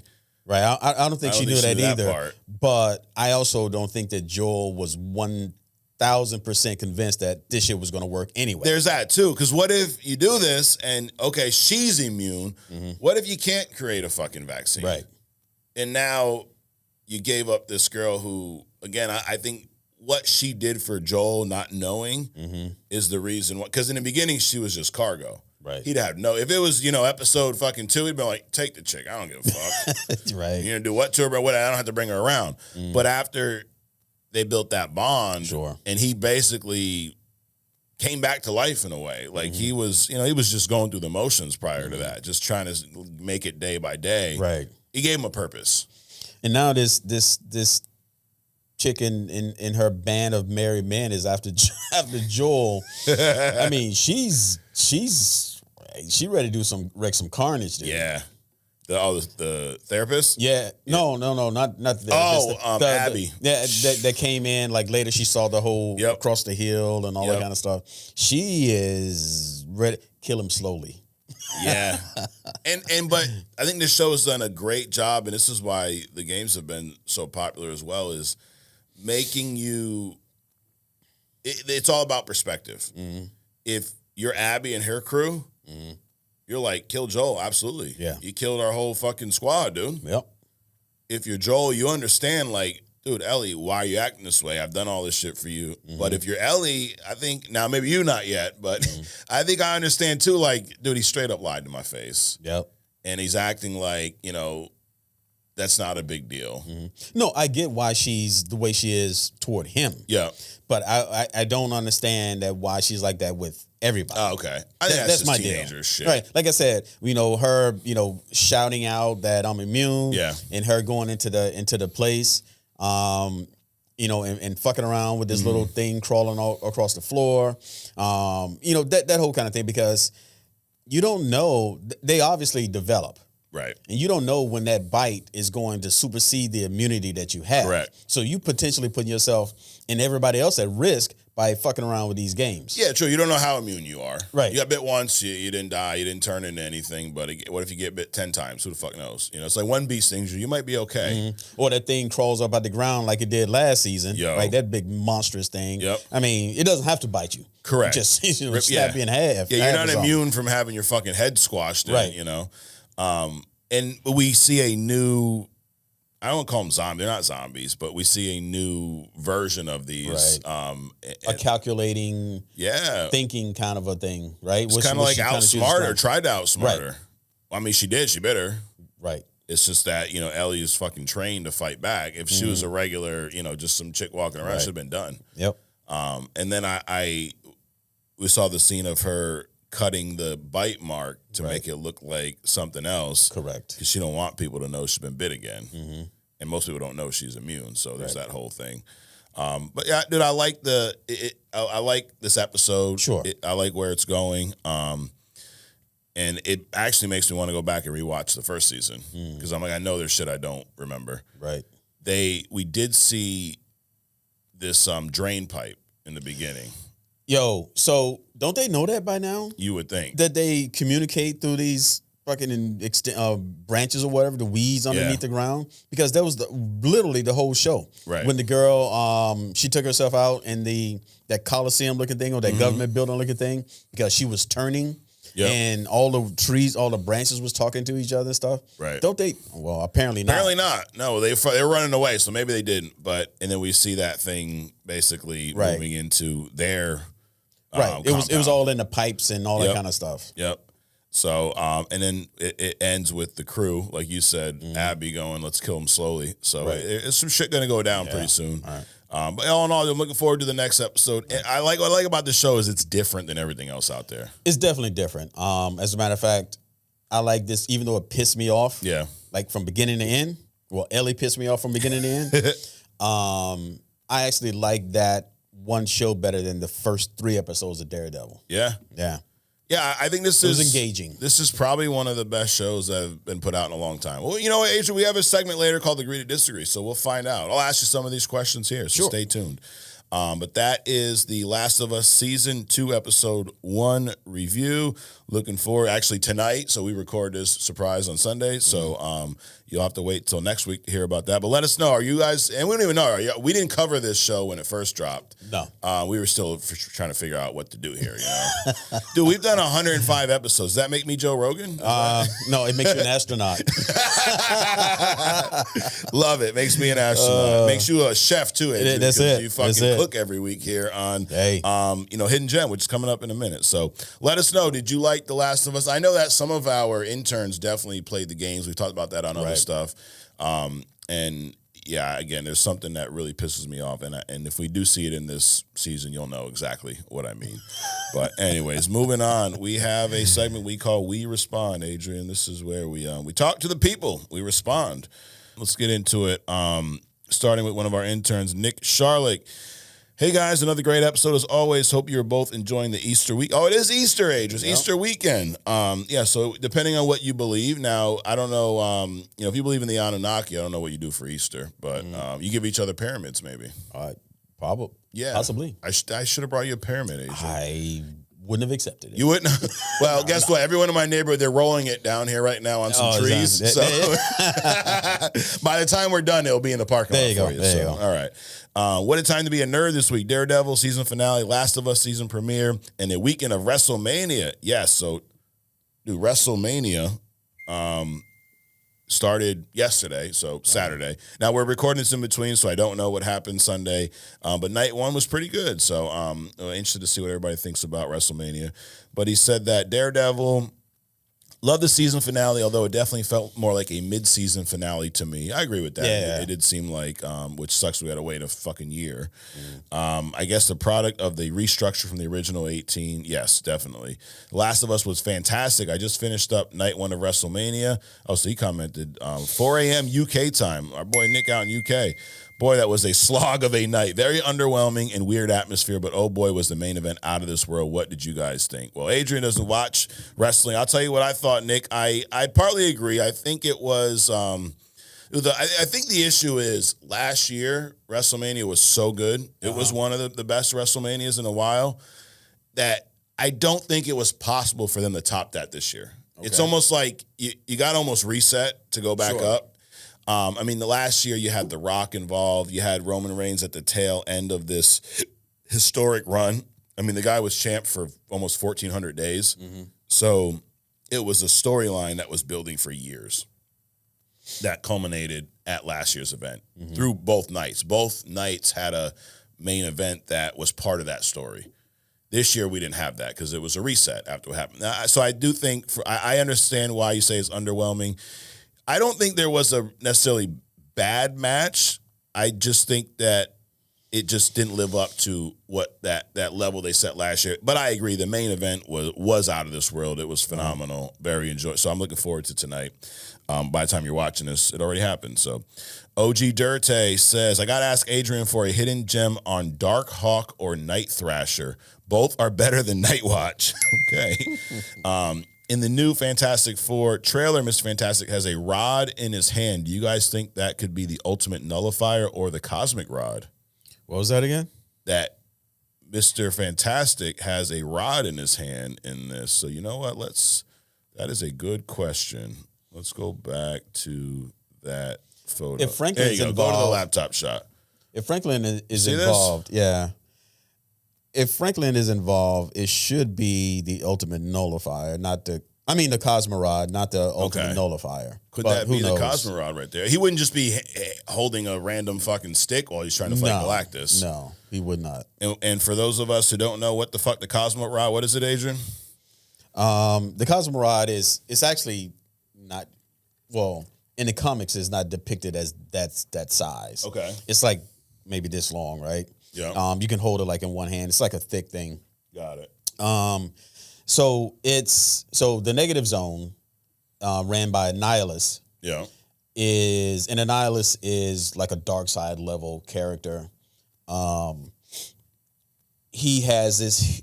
The Cosmorod actually pretty much created Annihilus and allowed him to conquer the negative zone. Yeah. Well, Franklin, he's in utero.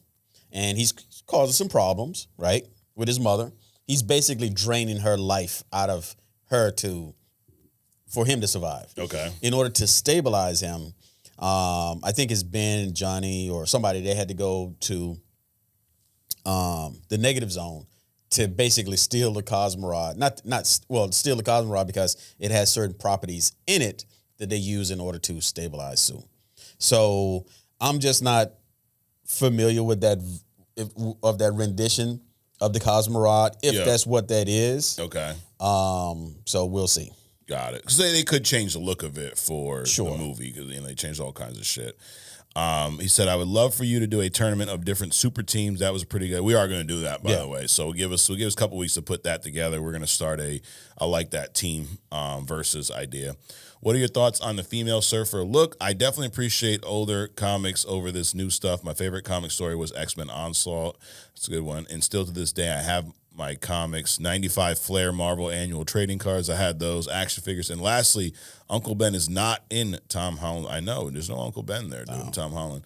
The Silver Surfer look, I don't have an issue with it. I mean, it looks like what Silver Surfer should look like, in my opinion. I don't know why people... It's funny how everyone now... It's like the astronaut thing. You've seen a bunch of movies, now you're a CGI expert. Right. Relax, dude. Come on. Everything... Whatever. But no, I didn't have an issue with it. I thought it should look fine. Yeah. I mean, I really haven't seen... Most of what I've seen are stills. Yeah. I did see the trailer. Again... It was quick. And they got to do something with this dark stuff, dude. I mean, you can shoot at night, but don't make it like... Is that somebody moving? What is that over there? It's like Batman dark kind of shit. Yep. So it kind of like messes with what people's perspective of what these characters look like, I think, to a degree. Yeah. And it's so I have to wait until the movie to actually give my critique of what this person looks like. Mm-hmm. OG dropped another comment. He says that I watched episode 8 I rewatched episode 8 to see if Bullseye was handcuffed. He wasn't handcuffed. He had some straps on each bicep. My point was that was too easy for him to escape. Yeah, that was a little stupid. Yeah. My overall opinion of Daredevil Born Again is 6.5. Wow, I feel like they rushed through the season. I would have liked to see more of Matt being Daredevil. I agree with that. Muse was wasted to me. White Tiger was one and done. Too much Vanessa. You can never have too much Vanessa. Come on. You absolutely can have too much Vanessa. We got to get a soundbite like this. But Vanessa. Yeah. We're going to work on that. He says that White Tiger was one and done. The scene with Punisher and Daredevil in the fight task force was good, but I didn't like how the Punisher got captured by the task force after they were clearly instructed by Kingpin to kill all vigilantes. Yeah, but I think there's more to that. I think they told him to capture Frank for some reason. Well, they also idolized him, even though they put like 3 shotgun rounds into his vest, though. Right. I think 1 from the front and like 2 from the back. They were trying to kill him. Oh, yeah. They just happened to not kill him. Correct. But also... Like, how does Fisk explain sending the task force after a civilian? Because they sent the task force to Matt Murdock's apartment. Correct. Which is how all that shit got started. True. So how is he going to... Well, maybe he doesn't need to explain it away. Yeah, I mean, he obviously don't need to explain anything to anyone. It just rips their face off. So there's that. Yeah, you don't want to ask for an explanation. Then he says, and finally, why did they make it seem like Bullseye and Daredevil might team up? I didn't get that. Did you get that vibe? But no. No, I didn't get that vibe, OG.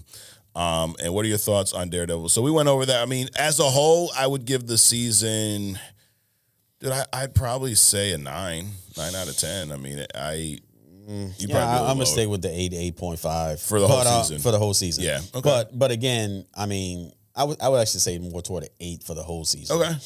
But I mean, teaming up Matt and Bullseye would be kind of like crazy. I mean, the Punisher would be getting jealous, right? You know, all that kind of shit. I didn't get that vibe. OG, let us know where you got that from.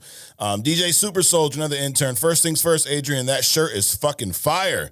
You had the Marvel periodic table last week. Yes, great episode as always. Thank you. I've been reading Thunderbolts 2012 through 14 run with Red Hulk, Elektra, Punisher, Deadpool, Venom through the Marvel app. Got to say it's a really good read. I've not read that Thunderbolts run. You're reading Thunderbolts stuff. Check that out. Question, if you can cast anyone in any role for a comic book movie, who would it be and why? Jonathan Majors as Kang one more time. Right, That's the one that comes to the top of my head. What about you? Anyone? Not really. I mean, the only disappointment that I saw was, I was kind of like starting to like Cavill as Superman. Okay. And then they did that whole thing. Got it. Outside of that, So you'd want to bring him back? Sure. Yeah. Jay Shot It says, Mike and Adrian, my dogs, Daredevil finale gave us what was honestly my favorite scene of Daredevil overall with that Punisher team up, dude. It was phenomenal. Yeah. They definitely developed with this show, in my opinion. They cooked. My question is for Adrian this week. I want to know if he saw the Fantastic Four newest trailer. Yes, you have. Mm-hmm. And if he thought by only what he has seen so far, if the adaptations of them are close to the comic. So based on what you've seen so far, does it look comic accurate? Yes. I think so. Yeah. I mean, obviously, the Fantastic Car is not a ground-based thing. Right. Herbie didn't have, tape reels for eyes, but close enough. I'll go with that. The Ben voice, they could have made that a little bit more, like at least 18 years old instead of 12. You want to because they usually do some type of filter, something on the voice with thing. Yeah. But as far as the actors, I really don't like any of them as the roles that they're playing. No, not a single person. I mean, Ben is okay. Ben's okay, but not as the thing, not as the. In my mind, I have this idea, and this is my own personal thing. Yeah, I have this idea about how characters look, and they don't fit the bill for any of the characters. Got it. Yeah, I think it's funny is the one who I thought was gonna stand out the most to me. Actually stands out the least. I thought it was going to be hard to see Pedro Pascal as Reed, but I think when his presence, the way he talks, I'm okay with it. Johnny Storm feels off. The fucking hairdo, it's weird. Yeah, I mean he looks more like that bowl cut Green Lantern than he does. Yeah, he Johnny does. Yes, Storm, absolutely. He looks off. Vanessa Kirby is Sue. I think she's okay. No. I'm not blown away by it, but I think the least offensive one to me is Pedro Pascal's Reed. I thought he was going to stand out more. But anyway, Broman Williams, what's up, Mike and Adrian? Another banger episode. Somehow I forgot to comment last week, bro. Between this and other stuff, they all starting to blur together. Yeah, you think we feel? Yes. He said, because your boy is all in. We know you're all in. I'm not missing this week. But on another note, Seth bitch-ass Rowling winning the main event night one, and Paul Heyman either siding with Seth or he's a third man with The Rock. Fresh. Yo, so what he said happened. So Broman posted this 3 days ago, so he's not watching it and telling you about it. Seth Rollins did win the main event, and Paul Heyman did side with Seth. He screwed over Reigns and CM Punk. It was phenomenal. It was very fucking entertaining. So Pure Venom says, now that is how you end a season. Can't wait to talk about this. Yes, that was a good ending, and I agree with what OG said. This seemed like a mid-season kind of right. Wish we get a year in between. So yeah, sure, whatever. I mean, to go from 18 to 8 is a lot. It's a lot. I mean, they could have stopped at 12 or something, right? Maple Grove, I agree with Mike on Rivals. Krakoa was a bit disappointing because it wasn't too different. Yeah, it's the same shit. When so far maps have been different. Also, Emma Frost is maybe the most fun new character. Yeah, she's fun. They added as of yet. Mike, what's your opinion on the new team-up change? So, dude, Maple Grove, I've been away for the past week. Adrian, I haven't played Marvel Rivals since the last time we spoke here. So I don't have much opinion on them, Maple Grove, because I played the new season for like a day. And I would say I did like the new Wanda Doctor Strange team up. It basically just give her ability a little more power, whatnot. But I haven't really got to dig into most of them. So there's team up. So like if you pick one character, like if you pick Winter Soldier and I'm Captain America, there's bonus, like there's buffs that we'll get if we're playing any one of them. Like I think with that one, Captain America has more base health, so you're gonna live a little bit longer. And then there are all types of team ups where your ability may do more damage if I play as a certain character type shit. And they changed those for this season, which was cool. Let's see, Brandon Jones. I have to comment again so you guys can see this before next week. But the last episode of Daredevil is much more violent than the entirety of Deadpool and Wolverine. Okay, I agree with that. It was more violent. Dude, that car scene and the bus scene in Daredevil and Deadpool, that was pretty bloody. It is. And it did it in the daylight. Daredevil, most of his stuff was in Matt's apartment, and then when Frank went up against the cops, that was at night. So I wouldn't agree with that. Okay, so you disagree. I think that the reason why I feel it's more violent is because it's more visceral. A lot of the Deadpool Wolverine stuff's done in comedic tone. And also, these two regenerate by the second. So, like, him getting stabbed ain't like Punisher getting shot with a fucking shotgun through his vest. Right. So, for that aspect, I think it was more, I'd say more. So, Bullseye Bubba says, another great show. Guys, haven't commented in a while. No, where you been, Bullseye? Mike, I have a Spawn and Batman crossover comic that's, so I actually bought that Spawn Batman comic crossover. Never fucking read it, though. It's sitting on my shelf. And for Superman Day, All-Star Superman, amazing comic, Happy Blue. Yeah, Superman Day was the other day, Adrian. Did you celebrate Superman Day? No. If I put on a cape, does that make me Superman? Makes you an astronaut. Okay, all right. Superman's an astronaut. He's definitely an astronaut. Yep. He can be an asshole, too, sometimes, you know. But anyways. What is that? And then he says, I don't have many comic book stores here. I saw it at sale at Barnes & Noble and should have got it. That's the thing, dude. There's not... Some of these stores like Barnes & Nobles or BAM, they have more comics than places like Newberry Comics, you know? Barnes & Noble has a lot of comics, dude. Yeah. A lot of anime stuff. I mean, like thick volume books, too. Yeah, a lot of that. Is it manga? Manga. Manga. You see a lot of that in these stores, too. Pure Venom, another one. Yo, Mike and Agent, another great one. I'm going to have to agree with Mike more on this episode of Daredevil, but we definitely need more Daredevil. It feels like a Matt Murdock show. It did for a while. By the time you read this, season will be over, so my predictions for season 2 are Typhoid Mary shows up, and somehow Kilgrave comes back and wipes Fisk's memory. Oh, I see what you're doing there. That happens similar to what happens in Devil's Reign. Right. And we could see Jessica Jones show up. Also, do a Shang-Chi hidden gem. Trust me, you will see he could hang with Batman, unlike Daredevil. Okay. So there. Another request for Shang-Chi hidden gem, Adrian. Didn't I do one on him, or did we just talk about him a lot? We talked about him a lot, yeah. Well, you had recently saw the movie. And you hadn't prior. But, I do Typhoid Mary. Now, she's not in any of these Netflix shows, right? Typhoid Mary doesn't show up. I did do a hidden gem on her. You did one on her. I'd like to see her show up. That'd be cool. Sure. And, dude, I would love... Now, I know Kilgrave's neck was snapped, but it's comics, dude. Unless you're Uncle Ben, you don't really die, right? I love... And Martha on the Bruce Wayne side. Absolutely. I'd love to see Kilgrave come back. He was a savage, dude. Yeah. Now, why would he wipe Fisk memory? Who the hell knows? But there is something similar that happens in the comics where in Devil's Reign, Fisk, because of Kilgrave, does forget that Matt Murdock is Daredevil. So there's that. But Jessica Jones, love to see her show up too. Eat Beef Yummy. Okay, he's an intern too. Eat Beef Yummy. Avengers Tower is now Sentry's Watchtower from the comics. Okay. In Thunderbolts. Florence Pugh did her own stunts in Thunderbolts. She broke a world record. She's pretty badass. Captain Canada, another week, another banger. That should be a t-shirt, dude. Captain Canada always has these like one-liners, dude. Right. You'd be in our t-shirt creation department, Captain Canada, until the tariffs hit, and then we can't do that because it costs us too much. But anyways, sup, boys? You're making me young again, Mike. 34, not 31. I did say he was 31. He's 34. Remember last week was his birthday. It's the Canadian, the conversion to the U.S. system made you 31. I don't know how to explain it, but and also I think because I screwed up his age. I don't know if this is how it works, Adrian, but does that make him an astronaut as well? No. No. Okay. All right. Sorry, I tried. What about being from Canada? Does that make sense? Okay. I agree with the Daredevil talk. We needed more Daredevil in first season. I believe the finale will be action-packed. Oh, it was. Maybe Fisk for Hidden Gem. So you got a request there, Adrian. Wilson Fisk for Hidden Gem. Last of Us is back, baby. Love the first episode. I give it an 8 out of 10. They did Dino well. Yes, they did. No binge watching, no. Yeah, it's only a weekly. He says, are you Team Ellie or Team Abby? Fuck Team Abby. I'm Team Ellie all the way.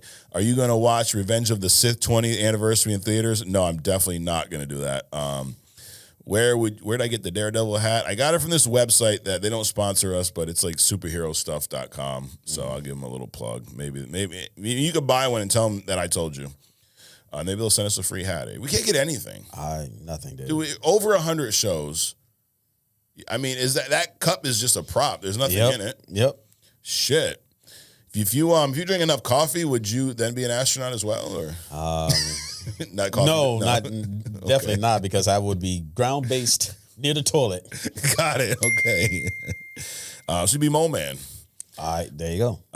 Captain Kenneth says, I'm biased on both. Both have their reasons, but Ellie for sure. I played the heck out of part 2 in the remaster. Oh, you like part 2 better than part 1 from a gaming standpoint. Okay.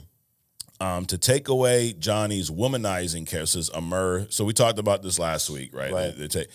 He says, taking away his womanizing character trait, unfortunately, will take away from the portrayal and do more damage than good in the long run. I don't agree with that. His power set is a metaphor for his character. He's unpredictable, hot-headed, quick-tempered. But here's the thing. You can still be those things and not be this playboy. Yes. Right? You could still be a stunt guy, a thrill taker, a risk taker, right? And not like, I understand, people think, oh, it's stupid to remove it and you shouldn't. But it's also... It's the world we live in now. Like some things you got to accept. Right. Is he really a playboy though? I mean, I see Johnny, like Bruce Wayne's a playboy. Correct. Tony Stark's a playboy. Right.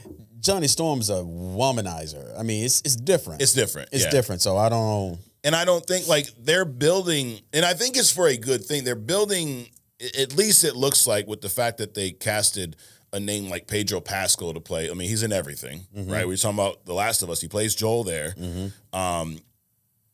The Joseph Quinn, even though to me he doesn't really, the look is a kind of odd. Maybe it's like the haircut.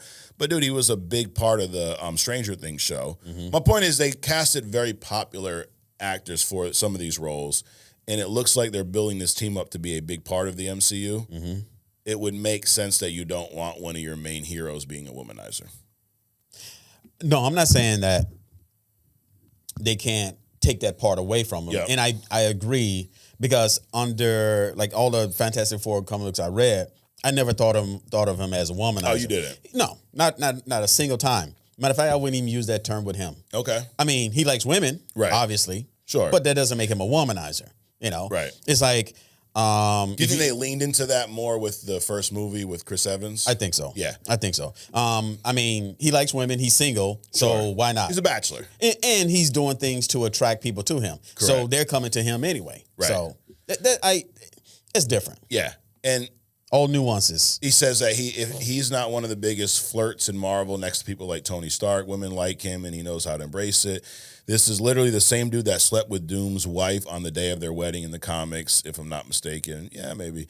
But at the same time, it's the part what gives him the dope character arc that he goes through, having to grow up and take things more seriously. I agree with all that, dude, but my point is you don't need to have that one aspect to do that same thing. No. He can be immature in other ways. He can be, a thrill taker in other ways. Hot-headed. Right. Still throwing the pies at the thing. Absolutely. And fucking with him when he sleep. All that kind of stuff. I think it's more, I'm more entertained by that, his banter with Thing and how much it's like that brotherly, like, I'm going to whoop your ass, make fun of you, but you're still my bro type shit than anything. Or him always trying, almost like Ellie with her going off doing her own thing. Right. That's kind of more of the Johnny Storm. Like, dude, I hear what you're saying, Reed, but I'm going to do it this way. I think if they never even would have brought this up, this would have been a non-issue. Correct. I mean, they literally, like I said, out of all the years of reading Fantastic Four, I never thought about him as a womanizer. If they never would have said it, I never would have thought it. Right, absolutely. And the other, my big thing with this is they did it with Tony Stark. Tony Stark was a playboy. Right. And we saw that for one movie. Disney then bought Marvel. Disney's not going to make their main, like, I understand if it's an offshoot, if it's a sideline character, but dude, they were building this around Tony Stark. Correct. They're not going to make him a playboy. They're just not going to do it. Well, they're not saying that Daredevil's a womanizer. Right. Or She-Hulks are whatever the fuck. Manonizer. Make Astronaut. It's Astronaut. Because she was she was on her shit. Yeah. She was getting her shit. Yep. But yeah, I don't have any issue with them removing it. And I think they can still, this is where I don't agree. It doesn't do more damage than good in the long run. It's going to be a non-factor. You didn't think about it with Tony? And you're a big Iron Man guy. Right. He's always got some chick in the comment, right? Like, did you ever at one point after that first movie feel like, oh, that doesn't feel like Tony Stark? Yeah, but this is also a different day too, dude. True. I mean, when all this stuff coming up, a man's man and all this kind of stuff. And right or wrong, it was just accepted. Correct. And now we're more sensitive to it. You can't say, certain words, short bus, things like that. Right. All that kind of stuff is going away. Yeah. So, and I think they're making a bigger deal out of it than what it is. But like I said, if they never would have brought up Johnny Storm being a womanizer, I don't think anybody It'd would be a even ever thought about non-factor. it. non-factor. So, Sons of Sekhmet, Emma Frost got her choke slam move from Nadu Kong Soo when he was on the Detroit Lions. Yeah, he definitely did. He'd always be choking someone. And he says, I have a question. How did you come up with the icon logo for Only Comics? Okay, I'll get to that real quick. We'll get Brandon Jones' last comment here. Every time Adrian takes a shot at Sentry, it stings. He was also an alcoholic, by the way. There are some stories where, and he's giving you more ammo, where he believes his whiskey bottle is the serum which gives him the powers. So he's not just a meth head. Wow. Makes it even worse, huh? So the Only Comics logo, Sons of Sekhmet asked about, that's this thing right here in the middle. Mm-hmm. So here, what I was going for with this, and you see it right behind me back there, I wanted something that resembled a comic book in a way, but also something that could stand alone as a logo that could go on branding and things of that nature. And really not that deep. I wanted something somewhat symmetrical so you can put it in places and it doesn't look absolutely off. But that was the idea was to give you something that said comics. And that was the goal there. And if you see inside the logo, those are like comic panels, and it's almost like you grab the comic like this and you're opening it up like you're ready to read this next issue. Right. So that was kind of the idea behind it. Like, I think back to when I was introduced to comics and I would go to the grocery store. Mom would go grocery shopping, and I would go to this turnstable, and that would be me, like literally grabbing that next comic. So it was kind of like opening up a comic book. I wanted the logo to kind of represent that. So, and I think we've done that for like a lot of you guys have said in the comics, like you came to us because you were fans of the movies, pretty much movie shows, right? And then which we're going to do a lot more of this moving forward. We would talk about comics and introduce people to actual comic books that maybe were either intimidated by the idea of trying to jump into something as vast as comic books, right? And we've kind of helped give them that, I guess, that olive branch into, hey, here's how you can start. So that's where it came from. And I designed it myself, Sons of Sekhmet. And actually I showed some early versions to you and some other people. And yeah, so there you have it. That's the story. Cool. But that's marketing 101 though. When you're looking at a logo, you want something that's transferable, meaning you can put it on anything, transportable, meaning you can scale it. You can recognize it regardless if it's a single color, multiple colors, things like that. You want that easy to recognize logo, and I think you accomplished that. Yep, absolutely. Rider fan, couple more. Rider fan 04. Hey guys, great episode as always. Had an X-Men question. Wondering why in comics, the animated series, and even in older X-Men films, Colossus can switch between his human and steel form, but in Deadpool films, even his brief cameo is always steel form. Why do you think that is? I think that is just I don't think there's any reason outside of just budget for the movie. I think they didn't want to cast someone as Colossus. They made him a CGI character and had someone voice. I don't think he can. I just think that was serve the purpose. Almost like, why do you not see? Why would it cost them more money? The transformation is what costs a lot of money to animate. We even saw this. She-Hulk joked about this at the end, like she transformed off camera to save money. Because it's one thing to have the character on screen, which you created, but to turn that from a human to a She-Hulk, dude, from an editing standpoint, it shit takes a lot of resources. So that would be my only. I don't think it's anything to do with power set. And also, there's no reason for Peter Rasputin to be in Deadpool and Wolverine. Yeah, you didn't like that. No. Peter. Oh, Peter himself outside of Colossus. Yeah. So Peter is the human form of Colossus. Yep. There's no reason for Peter to be there at all. Right. So true. Another hidden gem request for Adrian. Hope Summers. Dude, this is a good one. Yeah. I just finished reading Avengers vs. X-Men, and she seems like an interesting character. I would love to know more. She definitely is. And for the record, I was the one who recommended a rewatch of the old Super. Oh, you did. So do we been putting that off? Rider fan. All right. Rider fan asked Adrian. We've been putting this off for weeks. Next week. What? We're going to talk about Superman. Okay. We're going to watch the Christopher Reeves. I've said this to you every week. And I mean, it'll be full. I called you yesterday, right? I'm like, you should watch it. You're like, no, like me neither. All right, let's move it back to next week because we had a lot of shit to watch. So, yeah. But all we got is one episode of Last of Us. We don't have any Daredevil, nothing else. So Rider fan next week. Most likely. And he says, keep up the amazing work. All right. Oh, we got love from Kazakhstan again. Batman kicks any arse. Yes, absolutely. Bill Adams, he says, that photo of James Marsden and Wong looked assembled the way the color. I don't think so. I think it was a actual drone shot. The one we saw Wong and Cyclops talking off scene. I don't think so, but who knows? Great hidden gem. The CW Flash show is what got me into the comic characters. A hidden gem. Oh, last week's was a great hidden gem. And here's a hidden gem on Barry Allen would be cool if you haven't done Barry Allen yet, have you? I did not Barry Allen, but I did the Barry Allen version of Flash. Oh, you did? That's right. Yeah. He can like sleep while he's speeding, that kind of thing. That's right. It was Barry. I remember you did Flash. He beat teleportation. Yep. Yeah. Okay. So yeah, it's got to go back and find it, D Savage.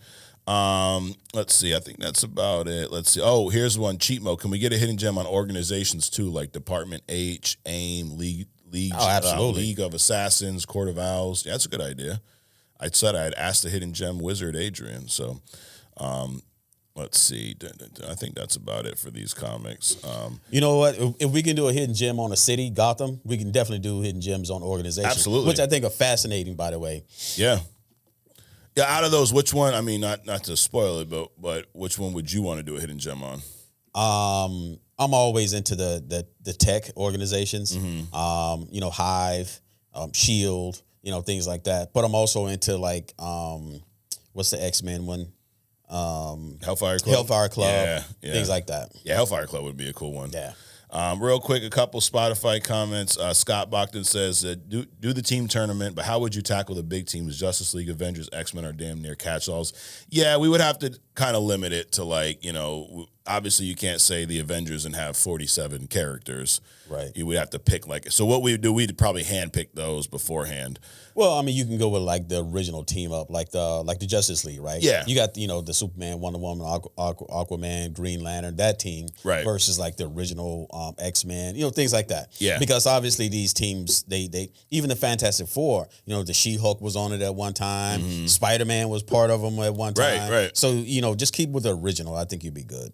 Yeah, I don't know how that's Fantastic Four when there's like 10 of them. But that's some different. Well, they substituted. Okay. So like Ben, he got his arm broke or something, so he's out. Reed's lost in some zone, so they bring in somebody else. Yeah. Things like that.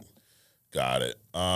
Let's see. As someone who did start Game of Thrones season 2, I disagree with that take. What take? A good moment can grab you and make you want to run back to what happened before. You can start with Hush, Hickman's X-Men, and Fantastic Four run, Superior, Spider. Oh yeah, absolutely.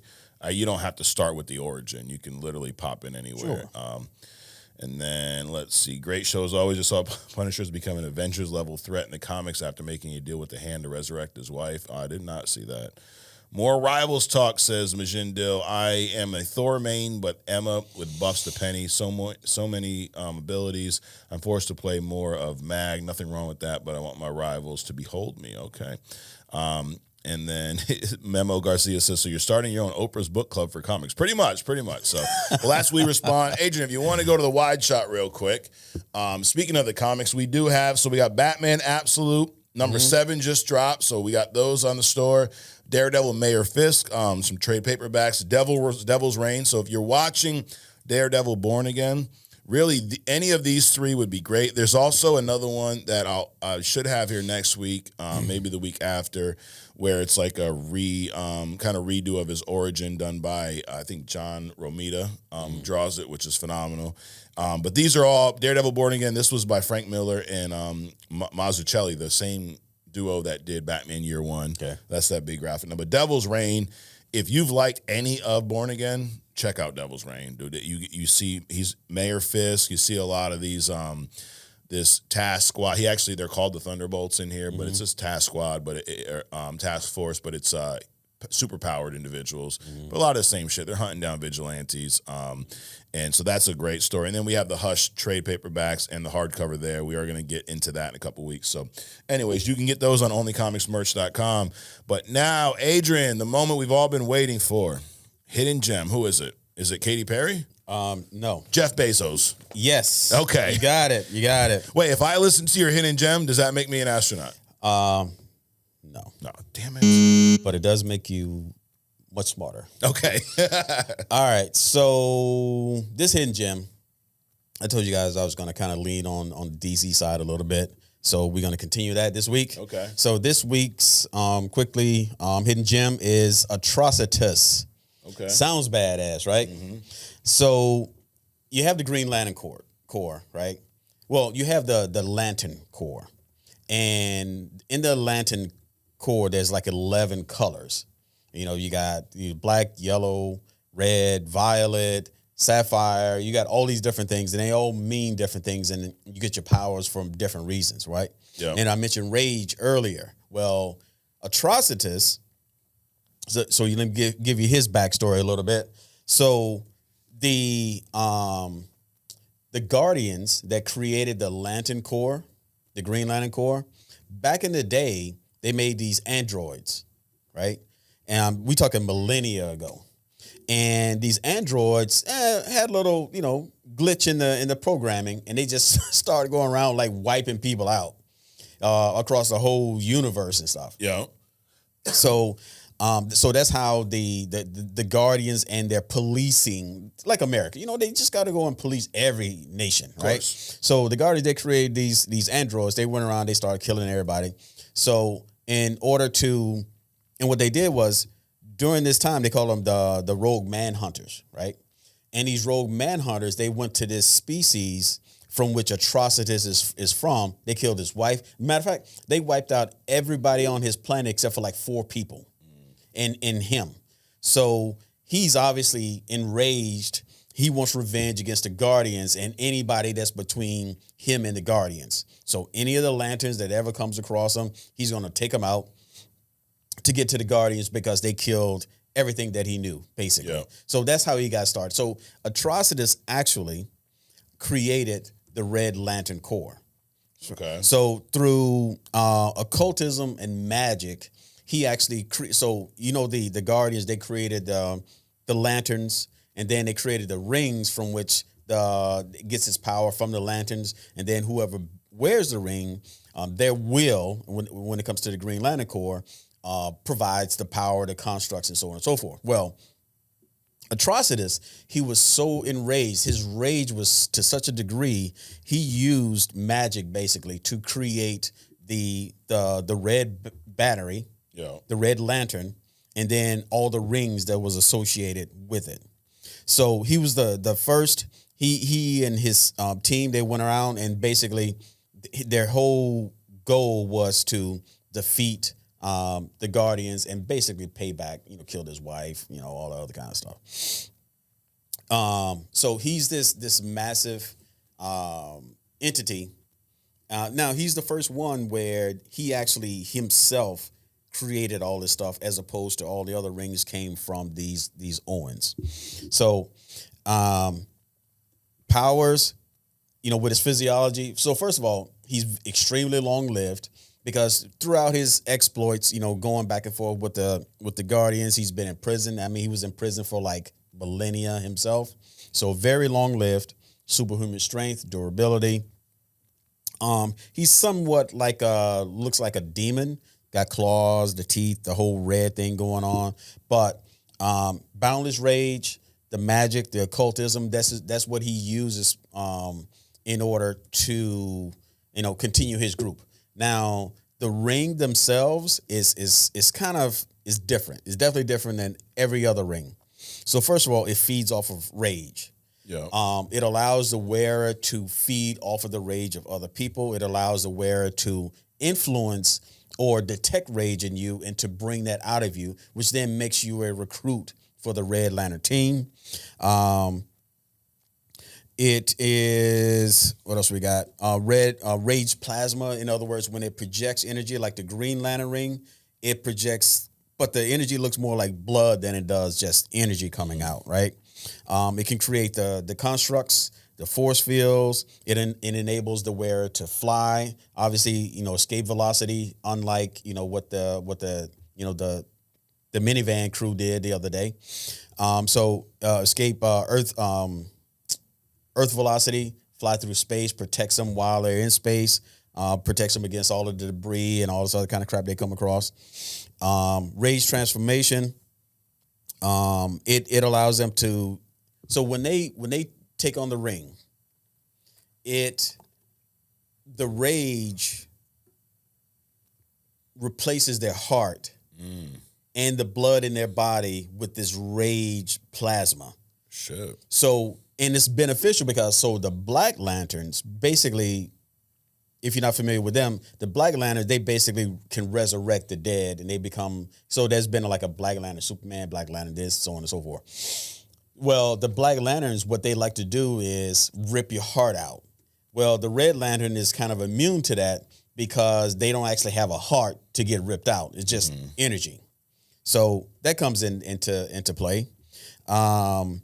Telepathy, they have some level of telepathy. They can create blood portals. They can use their ring to create teleportation portals that allow them to move throughout space. The Black Lantern resistance and the replication. So like if they take on, so first of all, a Red Lantern, because the blood in your body and your heart gets replaced with this red plasma. Yeah. When you put the ring on, you can't like slip it in your pocket like Hal Jordan. So if Batman comes up to you and takes the ring off, you're gonna die. Oh shit. Now you can if you take the ring or the power from another Red Lantern, if that Red Lantern has some special ability, then you also absorb that special ability. Got it. So it's a completely different power set than the regular Green Lantern. And I think, knowing that you got all these different levels of things, I'm gonna say that the Red Lantern is probably more powerful than the Green. The Green is probably mid, somewhere like around the 4th or 5th level. Blue Lanterns. So the Blue Lanterns, like I just said, if the Red Lanterns take their ring off, they'll die. But the Blue Lanterns, because they enhance other rings or other colors, they can successfully separate you from that rage thing. In other words, they can take the ring off and you'll survive because they enhance your other feelings other than rage in order to get you out of that situation. So it's a very interesting. So first of all, you got this guy, everybody around him got massacred. He's revengeful for hundreds or thousands of years. He creates this whole entire group by himself, right? And he goes after the originators of not the Martian Manhunters because they're defunct, but he goes after the Guardians themselves, the Owens, to try to take them out. And to do that, he creates not only the batteries and the rings, and then all these things that's around the rings. And he just like the Green Lanterns, when one of the Red Lanterns die, the rings go out, they find another host, and they just go on and on and on and on. So very powerful group, interesting character. I would put him at like the dark side level. Okay. Because they don't say a lot about him. But first of all, he's extremely long-lived. Probably got some amazing strengths. But he's got the will to create this entire organization and then continue to feed into this thing and bring others, on board. Now, of course, some of the weaknesses are, they're dependent on his ring now. So if you take the ring off, done. You're done. Emotional dependency. So you got to keep this rage going. Because the more rage you have, the more power you have. The less rage you have, the less power you have. Now, of course, you can have uncontrollable rage, right? You get to the point where you're like psychotic. You get like a Jean Grey with the Phoenix thing, and you just completely lose it. And then, of course, there's the influences of other things like hope and love. If somebody can convince you're having a non-rage day, hey, Mike, you're really nice. Like the Black Widow with the Hulk come and the Hulk down. Yeah. Hey, Mike, you're full of love and you're full of hope. It can kind of diminish your power.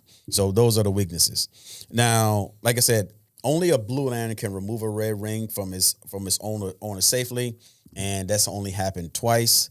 I think it was Superman's cousin, and who was it? Guy Gardner and Kara Zor-El.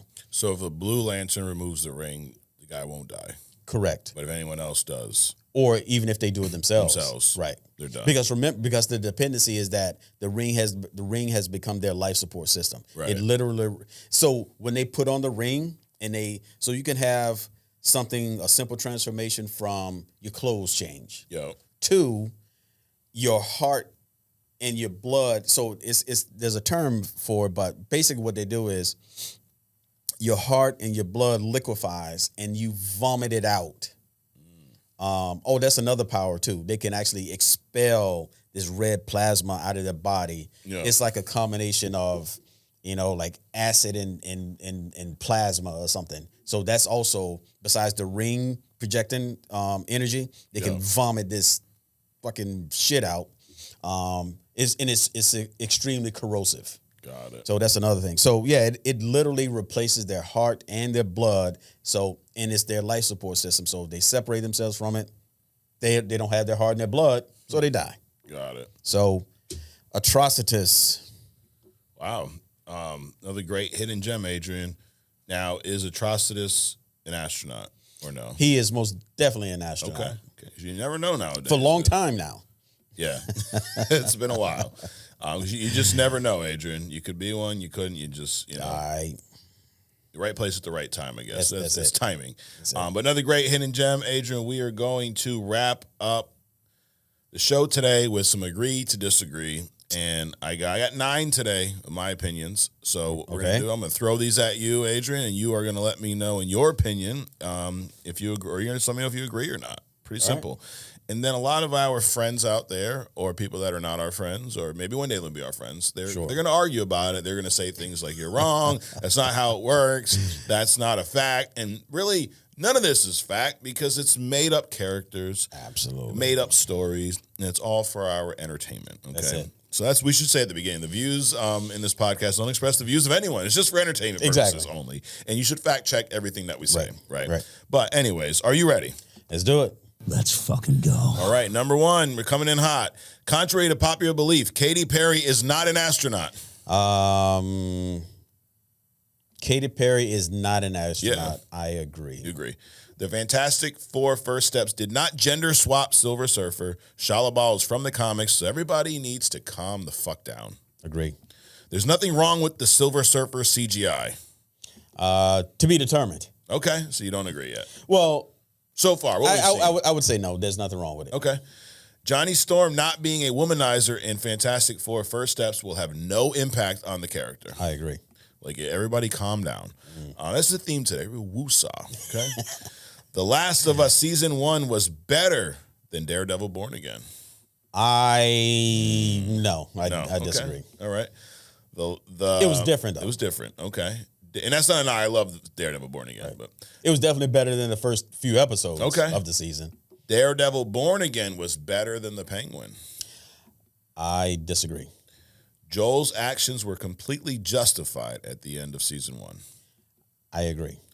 Scientists did not resurrect direwolves. They made mutant wolf dogs. Agree.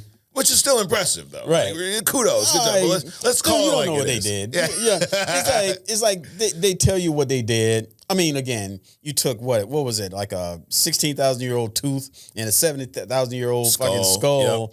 Yep. Yeah, and they're even saying like the giants, they're disguising them as mastodons. So I don't think they really know what they took samples from. Right. And then who knows? But you're right. They didn't resurrect direwolves. Resurrect shit. They just made something different. Correct. Yeah. Now I guess it's all beauty's in the eye of the beholder, Adrian. If I take a dump on this table, you may think I just took a dump. I may tell you, Adrian, that's a work of art right there. I definitely wouldn't think that. No, but we both would be right. It's all about perspective. So, sure. Anyways, that's a hard one to follow. Dude. Yeah, okay. On that note, but last but not least, everybody watching should go to if you're watching on TikTok, go to YouTube, subscribe, and if you want more of this other stuff, check out our membership. You can join that and get an extra podcast once a week. Absolutely agree. And I pay Adrian to agree to the things I want him to agree to. And no, that's absolutely not true. But I appreciate you guys joining us today. Adrian, thanks for coming out on absolutely. Easter Sunday here. Yep. Happy Easter to all those that celebrate. Those that don't, happy Sunday, happy Monday. There you go. Here we are, again, making Mondays great again. It's what we do. But if you want more from us, you can check out other stuff this Wednesday. Join the membership on the YouTube page. Go to onlycomicsmerch.com. You can purchase any of these amazing comics there. Absolutely. We also have a handful of Superman foil variants for Superman Day this past week. But nobody really cares about Superman, so we were not going to really celebrate. But we figured we get a couple on there for you. So, anyways, Adrian, thanks for coming out today. Absolutely. Another fun show, fun with Mike and Adrian, to be continued this Wednesday on other stuff. So thank you for joining us. Subscribe if you haven't already, and we'll see you next week right here on Only Comics. Peace.